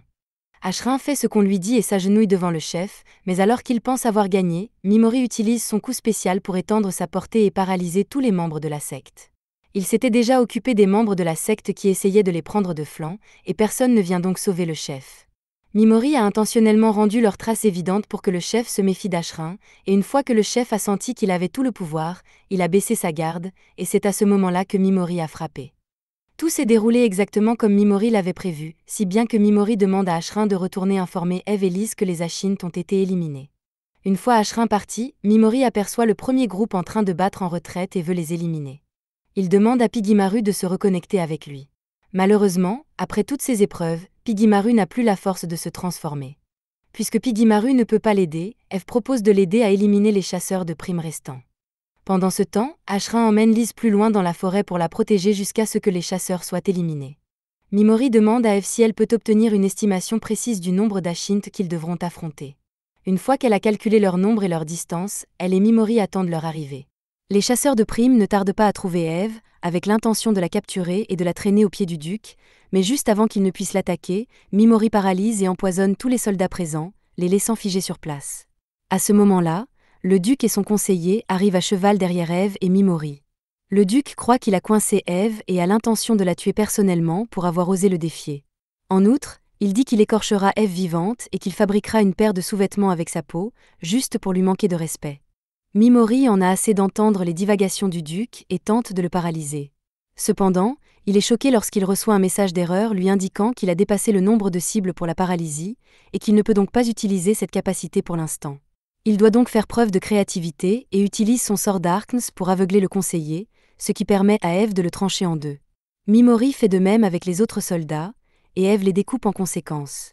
Quelques soldats se rendent compte qu'ils n'ont aucune chance et commencent à s'enfuir. Mimori dit à Eve qu'elle ne peut laisser aucun d'entre eux survivre, alors Eve saisit une lance et la lance sur l'un des soldats qui s'enfuit. Quelques emplacements paralysés ont été libérés maintenant que des soldats sont morts, et Mimori est presque prête à en finir. En attendant, Ashrin est là pour le protéger. Le duc fait une crise parce que ses soldats ne sont pas capables de tuer un seul homme, et Eve remercie Mimori parce qu'elle n'aurait jamais eu l'occasion de se venger sans lui. Elle sort en courant et massacre rapidement le reste des soldats du duc. Maintenant que le duc n'a plus d'hommes, il crie qu'il fera payer Eve pour cela et se retourne pour rentrer chez lui, mais tout le monde sait que Mimori n'allait pas le laisser partir vivant. Eve s'approche du duc, et honnêtement, s'il n'avait eu que l'intention de la trahir, elle aurait pu lui pardonner. Mais pour s'en être pris à Lise, Eve n'a aucune pitié à lui accorder, et elle lui tranche la tête. Maintenant que tout est terminé, Mimori demande à Ashrin de prendre Lise et de se préparer à partir bientôt, mais il a encore une chose dont il doit s'occuper. Il s'approche d'un des cadavres et utilise sa capacité de gel. Lorsqu'il l'utilise sur un cadavre, il crée une couche de glace qui peut être brisée, désintégrant complètement le corps. De cette façon, Mimori peut éliminer toute trace de la Shint dans le monde, et personne ne saura jamais ce qui s'est passé ici. Quelque temps plus tard, la nouvelle de la disparition de la secte Ashint parvient au roi, qui est pris de panique car il avait l'intention d'utiliser les Ashint comme des pions pour parvenir à ses fins. Maintenant qu'ils ont disparu, il se demande comment il va expliquer cela à la déesse. Il ne peut pas se permettre qu'elle découvre ce que Vishyu lui fera une fois qu'elle sera au courant, alors il ordonne à ses hommes de localiser la secte Ashint le plus vite possible. De retour avec le groupe de Mimori, Lise et Eve se sont endormis. Ashrin propose donc de monter la garde pendant que Mimori se repose. Mimori dit qu'il n'a pas envie de dormir de sitôt, alors Ashrin lui propose de se reposer sur ses genoux jusqu'à ce qu'il ait envie de dormir. Il apprécie l'offre, mais Ashrin a l'air assez fatigué, alors il préfère lui offrir ses genoux pour qu'elle y dorme. Ashrin n'hésite pas à accepter son offre et s'allonge sur ses genoux, avant de se rendre compte que Mimori plaisantait peut-être lorsqu'il lui a fait cette proposition. La situation devient un peu gênante, mais comme elle ne peut pas l'être davantage, Mimori demande s'il peut toucher les oreilles d'elfe d'Ashrin. Ashrin est prise au dépourvu, mais elle accepte, et Mimori peut donc toucher ses oreilles. Après cela, il décide de rester debout, et Ashrin demande à Mimori s'il a des sentiments particuliers envers Eve ou Lise parce qu'il est beaucoup plus doux avec elle qu'il ne le serait avec d'autres personnes. Mimori explique que c'est pour la même raison qu'il aime tant Ashrin. Elle lui rappelle des personnes qu'il veut protéger. Eve lui rappelle son oncle, et Lise est comme Mimori lorsqu'il était plus jeune. Elles ont toutes deux été maltraitées par les personnes qui s'occupaient d'elle, et la seule différence est que Lise est encore assez gentille pour pardonner à ceux qui lui ont fait du mal, tandis que Mimori n'a aucun problème à tuer quiconque le menace, et il n'a pas l'intention de changer sa façon de faire. Il dit à Ashrin qu'elle est libre de le quitter si elle se lasse de la vie de vengeance qu'il mène, mais Ashrin n'a pas l'intention de le quitter pour quelque raison que ce soit. Mimori est heureux d'entendre qu'elle le soutiendra, et lui dit qu'il répondra à toutes ses demandes du mieux qu'il peut. Lorsqu'elle aura décidé ce qu'elle veut, elle pourra le lui demander, mais pour l'instant, il lui dit qu'elle devrait dormir un peu. Pendant ce temps, à Alam, Sugu s'entraîne à l'épée dans la prison, et son instructrice la félicite pour les progrès qu'elle a accomplis depuis qu'elles ont commencé à s'entraîner ensemble. Cependant, elle rappelle à Sugu qu'elle ne peut parler à personne de leur séance d'entraînement car Vishyu est si mesquine qu'elle interdirait probablement à Nyan d'entraîner Sugu plus longtemps. Sugu demande à Nyan pourquoi elle a accepté de l'aider à s'entraîner alors qu'elle ne reçoit rien en retour. Nyan explique alors qu'elle s'est prise d'affection pour Sugu parce qu'elle ressemble beaucoup à la sœur de Nyan. Avant de partir, Nyan rappelle à Sugu que ce monde est incroyablement impitoyable et qu'elle ne doit pas faire preuve de faiblesse si elle veut survivre. Le lendemain matin, le groupe de Mimori se prépare à partir pour le pays des monstres, et Mimori a acheté une nouvelle robe pour Lise, qu'elle adore. Avant de partir, Ashrin leur suggère de trouver un nom pour leur groupe, car ils devront peut-être s'identifier une fois arrivés au pays des monstres. Elle a déjà un nom en tête et suggère qu'il s'appelle Lord of Fliwarban, groupe de guerre du Seigneur des Mouches. Tout le monde semble apprécier ce nom, et Mimori accepte donc de l'adopter. Après de nombreux déplacements hors écran, le groupe finit par arriver au pays des monstres. Mimori remarque un arbre mort géant au loin, et Ashrin explique que l'arbre est appelé l'arbre corrompu, alors qu'il s'agissait auparavant d'un arbre sacré. Eve demande à Mimori de verser un peu de magie dans sa main, et lorsqu'il le fait, Eve est capable de faire apparaître une carte magique, qui a été transmise à son peuple. Elle leur permettra de localiser la sorcière, et ils entament donc la longue marche jusqu'à la maison de la sorcière. À la tombée de la nuit, ils installent leur campement et Mimori regarde au loin en réfléchissant à ses motivations. Il est peut-être idiot de vouloir se venger, mais il n'éprouve que de la haine envers Vicious et les autres qui l'ont abandonné. Il prévoit d'anéantir tous les monstres qu'il rencontrera pour gagner de l'XP et devenir assez fort pour se venger. Le lendemain matin, à Alion, Vicious félicite les héros pour leur montée en niveau, mais il manque encore de technique. Elle a donc pris la peine de réunir plusieurs personnages célèbres pour leur servir d'instructeurs. Vicious leur dit que l'Empire des démons va bientôt faire un grand pas en avant, et qu'elle veut que les héros participent à la bataille contre eux. Pour s'assurer qu'ils sont prêts, elle prévoit d'envoyer les héros au pays des monstres aux yeux d'or pour qu'ils s'entraînent. Alors que le groupe de Mimori traverse le pays des monstres, Lise propose de porter la majorité des bagages parce qu'elle veut aider tout le monde.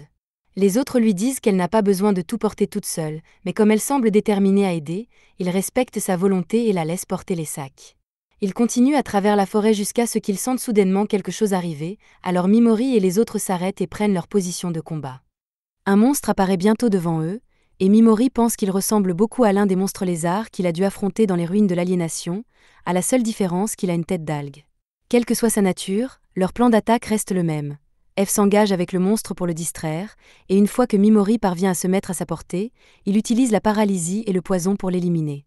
Eve demande à Mimori s'il a obtenu ce qu'il voulait, et Mimori répond qu'il est satisfait parce qu'il devait s'assurer que ses capacités de paralysie et de poison fonctionnent toujours sur les monstres ici. Après avoir affronté personnellement l'un des monstres, Mimori peut affirmer avec certitude que ces monstres sont inférieurs à ceux qu'il a dû affronter dans les ruines de l'aliénation. Si c'est ce que cet endroit a de pire à offrir, alors atteindre la sorcière ne sera pas un problème. Mimori commence à disséquer le monstre, ce qui semble un peu étrange, et Ashrin lui demande ce qu'il fait. Il lui explique qu'il a déjà vu ce monstre dans le livre interdit et que certaines de ses parties peuvent apparemment être utilisées pour fabriquer un objet interdit. Il s'agit d'un modulateur de voix, et Mimori pense qu'il pourrait être utile, alors il veut en fabriquer un. Il remarque qu'Ashrin semble intéressé par les informations contenues dans son livre interdit. Il lui dit donc qu'elle peut le garder pour l'instant si elle le souhaite, car il lui fait confiance. Une fois que Mimori a fini de rassembler son matériel, le groupe continue de se déplacer jusqu'à ce qu'il tombe sur une grande étendue d'eau. Eve et Mimori sont les premiers à traverser, et Lise veut passer après, mais Ashrin lui dit de faire attention à ne pas glisser sur les pierres. Eve pense qu'il vaudrait mieux porter Lise pour qu'elle traverse, car elle n'est encore qu'une enfant, mais Mimori pense qu'il vaut mieux laisser Lise faire les choses par elle-même de temps en temps. Lise est d'accord parce que ce n'est pas comme si elle allait tomber, mais un moment plus tard, elle tombe effectivement et se retrouve presque dans l'eau.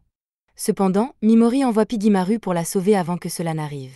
Même si elle a échoué, Mimori pense que ce qui est important, c'est que Lise ait confiance en elle et qu'elle essaie de faire quelque chose par elle-même.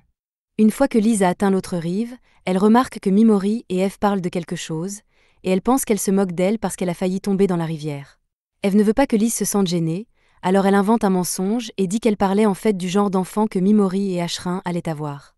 Alors qu'elle dit cela, Ashrin l'entend et perd sa concentration, ce qui la fait tomber dans la rivière. Une fois sortie de l'eau, Ashrin s'excuse de s'être laissée distraire comme ça, et elle ne veut pas retarder le groupe, alors elle dit à Mimori qu'ils n'ont pas besoin d'attendre que ses vêtements sèchent. Mimori accepte de continuer à avancer, mais il veut donner son manteau à Ashrin pour qu'elle n'attrape pas froid, et Ashrin est reconnaissante de son offre.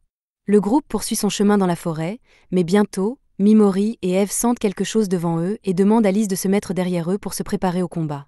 Eve dit à Mimori qu'elle reconnaît ces monstres et qu'elle sait pertinemment qu'elle ne peut pas les battre. Mimori lui dit qu'elle devrait attendre et le laisser se débrouiller seul. Il se cache donc derrière un arbre et attend que les monstres entrent dans son champ d'action. Lorsque les monstres apparaissent, Mimori comprend qu'Eve n'a aucune chance de les vaincre, car presque personne ne pourrait les battre dans un combat normal. Cependant, Mimori n'a pas l'intention d'avoir un combat normal, donc dès que les monstres s'approchent suffisamment, il les paralyse et utilise ensuite Berserk pour les faire saigner partout jusqu'à ce qu'ils meurent. Une fois les monstres morts, Mimori remarque qu'il a encore gagné des niveaux, mais ce n'est pas important pour lui pour le moment, car il veut commencer à récolter des matériaux sur les cadavres.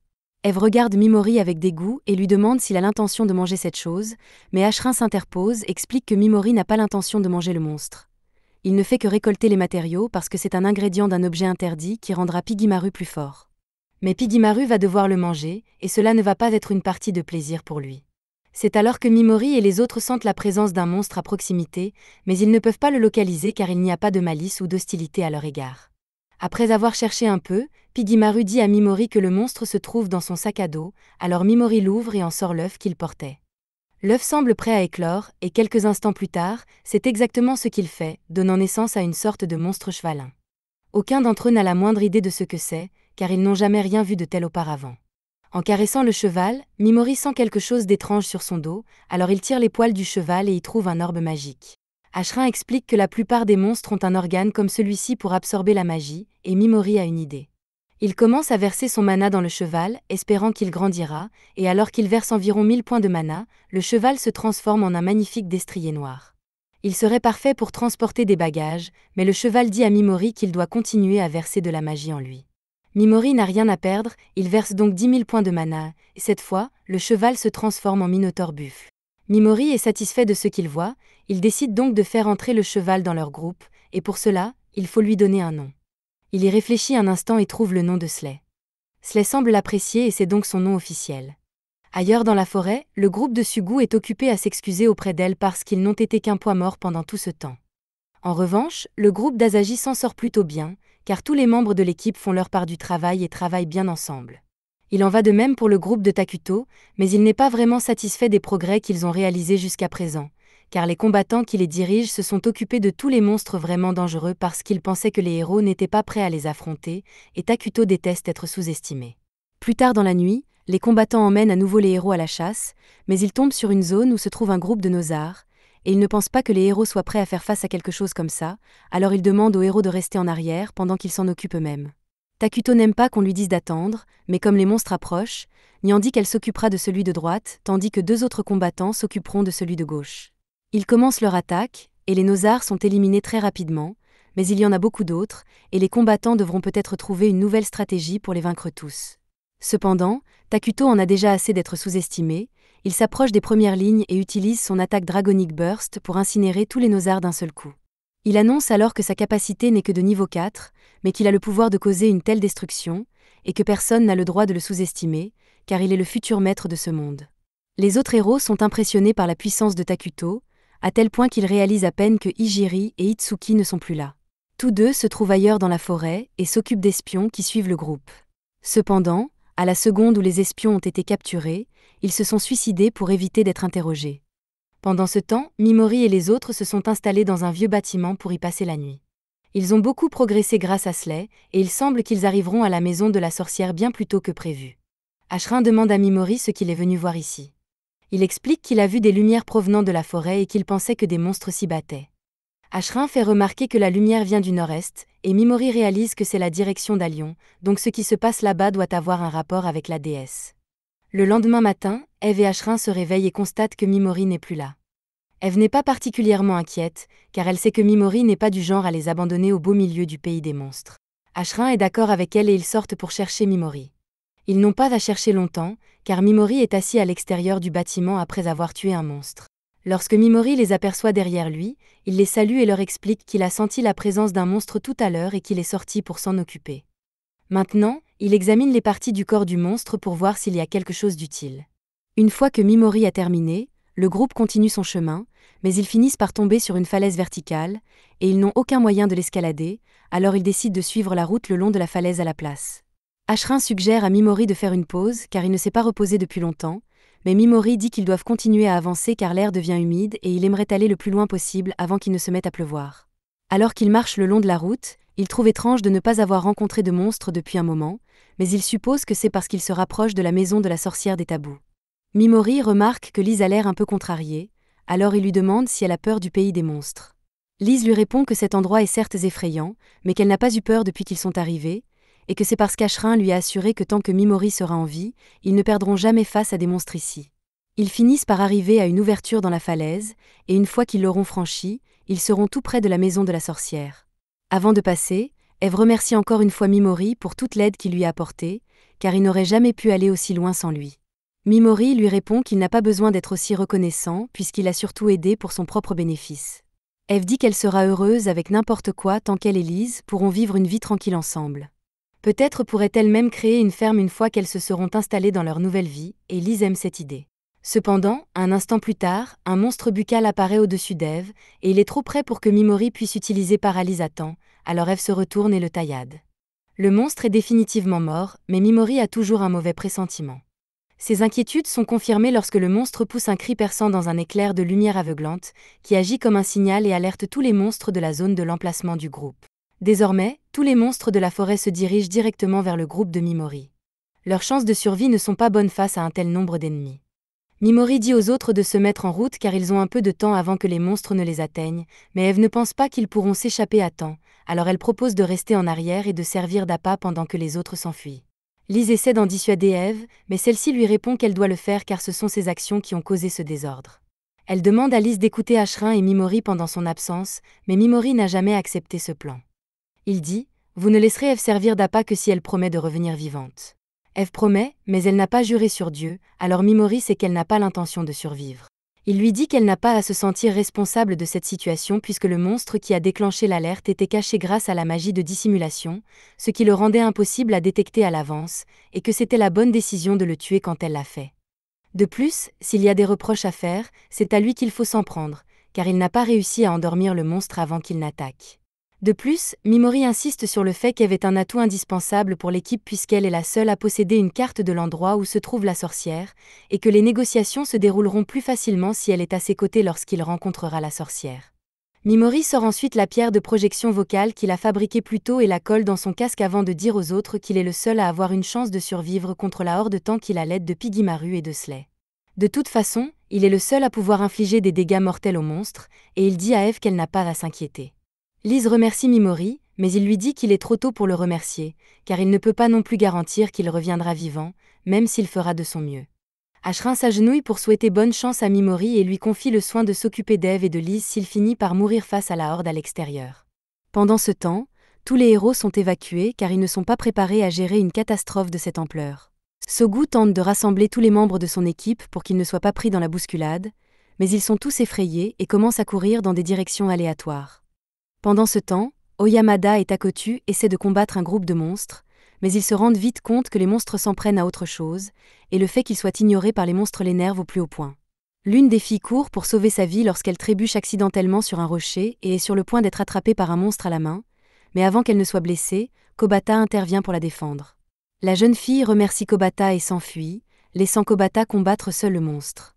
Kobata prend sa résolution et se rappelle qu'elle doit rester forte pour qu'aucun de ses camarades de classe ne meure.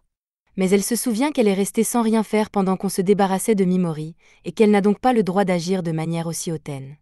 Au même moment, Mimori est sur le point de mettre son plan à exécution. Il ordonne à Ashrin et aux autres de se cacher dans une grotte voisine, afin qu'ils ne soient pas pris dans le chaos, ce qui signifie qu'il n'a aucune raison de se retenir. Mimori verse sa magie dans la pierre de Slay et un éclair rouge traverse la forêt. Maintenant que Slay est transformé, Mimori sort son casque, active la pierre de projection vocale et demande à Piggymaru de lui faire l'honneur de commencer le combat. Piggymaru hurle dans le casque et sa voix est amplifiée des centaines de fois, conduisant tous les monstres directement à l'endroit où se trouve Mimori.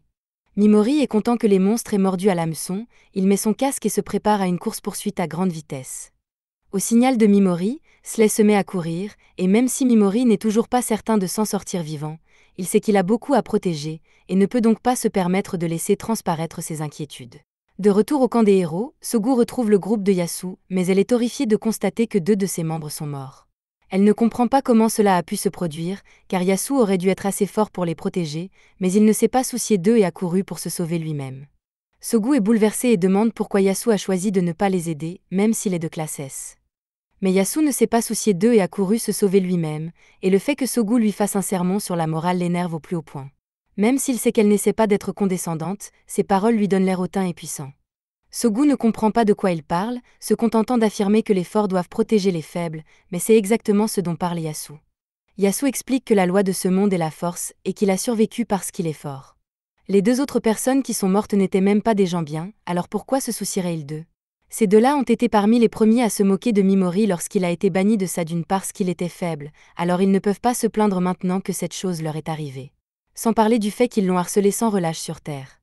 Takotu revient vers le groupe juste pour insulter Yasu et le traiter de moins que rien. La réaction de Yasu montre clairement qu'il a encore du mal à s'adapter à la situation. Même s'il dispose d'un certain pouvoir pour le moment, la réalité ne tardera pas à le rattraper et il devra s'incliner devant la supériorité de Takotu. Yasu est furieux et active sa capacité avant de dire à Takotu qu'il ne doit pas se tromper et penser qu'il est supérieur simplement parce qu'il est de classe S, car Yasu a déjà compris que la classe n'est pas la seule chose qui détermine la force.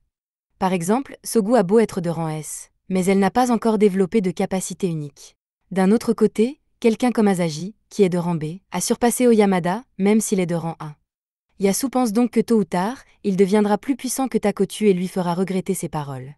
Oyamada s'apprête à attaquer Yasu sous le coup de la colère, mais Takotu l'en empêche, car il ne voit pas l'intérêt de déclencher un combat entre eux en ce moment.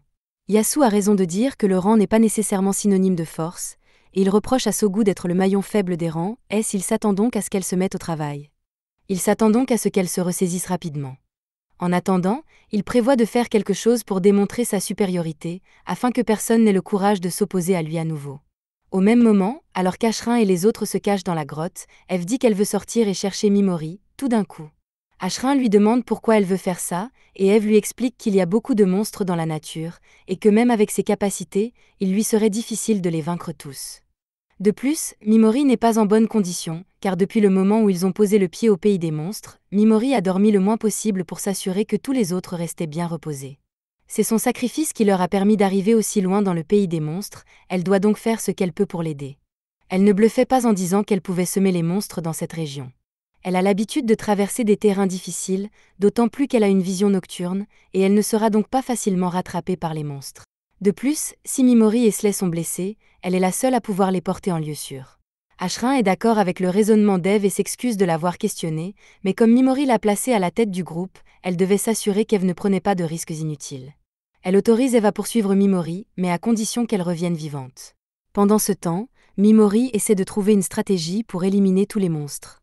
Bien que sa capacité ne puisse pas les affecter tous en même temps, elle pourra tout de même en atteindre quelques-uns. Il commence donc par lancer Berserk sur les monstres, les obligeant à se battre les uns contre les autres. Cela semble avoir été efficace, mais seulement pour un petit moment, car les monstres reprennent rapidement leur course-poursuite. Mimori tente alors d'utiliser Paralyse pour les ralentir, ce qui ne lui fait pas gagner beaucoup de temps non plus. La situation n'est pas brillante, car la pluie réduit la visibilité et, en plus, sa combinaison avec Pigimaru épuise rapidement ses PM. S'il veut continuer à avancer, il n'a d'autre choix que de monter en niveau pour restaurer son mana. Tant qu'il tue des monstres de haut niveau, cela devrait être possible, mais un tel plan est trop risqué pour qu'il s'y fie. S'il ne se trouve pas à une certaine distance d'une cible lorsqu'elle meurt, Mimori n'obtiendra pas d'expérience, donc le seul moyen pour lui de garantir qu'il monte en niveau est de faire demi-tour et d'attaquer directement. Il demande à Pigimaru et Slay s'ils sont d'accord avec son plan, et ils ont l'air d'être d'accord, alors Mimori se retourne et charge directement dans la horde de monstres. Comme il n'a plus beaucoup de PM, il commence à spammer ténèbres et paralysie pour arrêter les monstres dans leur course, et une fois qu'ils sont tous immobilisés, il traque le monstre avec le niveau le plus élevé et lance Berserk sur lui, pour qu'il subisse des dégâts de paralysie.